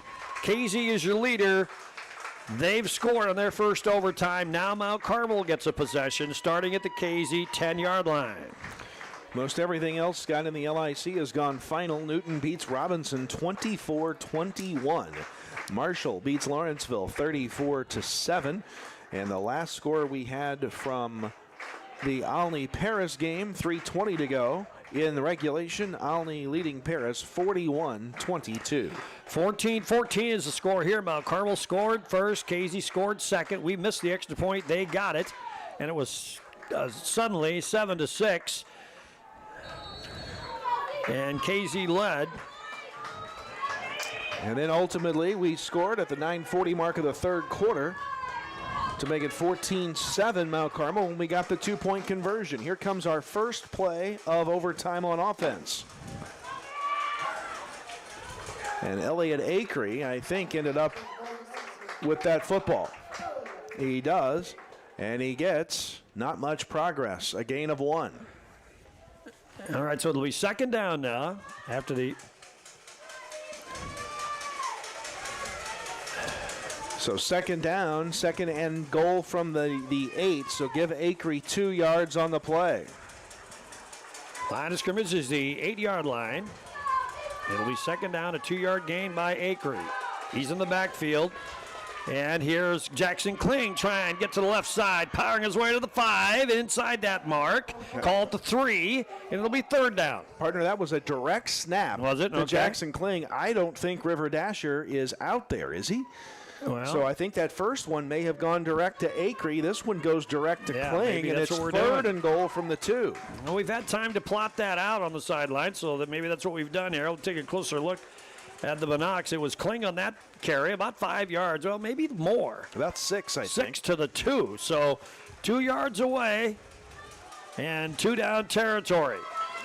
Yeah, it is. Acree and Kling in the backfield, and Casey will call timeout. Yeah, so they're finally getting a look at it and say, hey, wait a minute, let's talk about it. So they line it up like a deuce backfield set. One of them Well, they're both quarterbacks at this point, and they both get the handoff, and either one of them does. So that's what the Aces have gone to. Timeout on the field. We'll keep it here. Aces are third down. They trail in this game, 21-14. So we have to score, obviously. And then the big question will be, what do we do after that? Right. May just go for the win and the 2 because we've struggled with point afters. We 0 for 1 tonight, 0 for 2 last week in point afters. So it may not be such a gimme. And we may just elect to go for 2 in the win and go home. You know, they always, what was that old rule? Or you play for a win at home and you play for the tie on the road, or is it vice versa? I think it's you play for the tie at home and go for the win on the road. Yeah. I used to know that by heart, but I'm old now, so I don't recognize that as much. I'm scanning the skyline looking for River Dasher, and I don't see him over there. And he's definitely not in the backfield. It is Kling and Acree in the backfield for the Aces. And they're standing next to each other in a deuce backfield, kind of a set. And there is a direction at the Kling. He powers right side. He made it. Touchdown! How about that? Jackson Kling, a 2-yard run on the 3rd overtime play for the Aces. Wow. And now it's a 1-point game, and here we go. What are we going to do? A kick to try to tie or a 2-point conversion to try to win, and it is go for the W. We're going to go for 2 and try to go home right now. Wow. Nobody has a timeout left, do they? Casey may have timeouts left from regulation. Biggest play of the night right here. And we're going to do the direct snap. We know that. For the win, let's see what the Aces do here. It's Kling and Acree. Handoff to Kling. He's not going to make it. Nope, he didn't. Casey wins. Direct snap to Kling. He got bottled up, dropped at the 1, and that is that. And Casey has held on for a wild overtime win against Mount Carmel. It's 21-20. Warriors go to 7-0. Aces are back on the having to try to play their way onto the bubble to get in the playoffs this year. We're 3-4, heading to Marshall, and no easy task next week. Well, that's the final look at the Jade Investment Advisor Tim Phillips scoreboard. Casey wins it in overtime, 21-20. Back in 2 minutes with a scoring summary. This is no ordinary cup. This Scooter's coffee cup was served with a genuine so good to see you again smile. This cup has a little boost of energy just for you. This cup came with extra whip for good luck. We lost! You'll get them next time. This Scooter's coffee cup was made by your favorite barista for her favorite customer. So go ahead, scoot on around. Amazing people, amazing drinks, amazingly fast. Scoot on around. Hi, I'm Tony. I graduated Wabash Valley College at Mount Carmel, and it was the best decision ever. It gave me the opportunity to go on the air almost immediately. Within about a week of starting the broadcasting program at Wabash Valley College, I was DJ on 89.1 WVJC, and that on-air experience was invaluable to my future career and hiring potential. At Wabash General Hospital, we're more than healthcare. We are part of the team. Our athletic trainers proudly serve 13 area high schools and 3 junior colleges, standing on the sidelines and in the AT rooms every day. From keeping our athletes healthy to helping them chase their dreams, we're here for every student athlete, every game, every step of the way, from injury to return to play. At Wabash General Hospital, caring for athletes is our game. Introducing the Student Plus account from First National Bank, a free checking account designed for students and parents alike. With Student Plus, parents stay in control with real-time alerts and spending limits, while students learn to manage money safely and independently. Instant transfers, lost card protection, and customizable features make banking simple for the whole family. Getting started is easy. Just visit any First National Bank of Allendale branch with your student, set up mobile banking, and choose the features that work best for you. Student Plus accounts with First National Bank. Parents choose the controls, students learn responsibility. Are they? We're going to wrap things up here on the television side because Scott and I have got to get out to the to the post-game celebration celebrating the Hall of Fame induction class. But KZ Westfield holds Mount Carmel off in overtime. The Aces go for 2. River Dasher was not on the field in overtime. Mount Carmel outgains KZ offensively with 276 yards. KZ with 215. But it goes to the scoreboard. KZ wins it 21-20. From all of us at News Channel 15, good night from Riverview Stadium.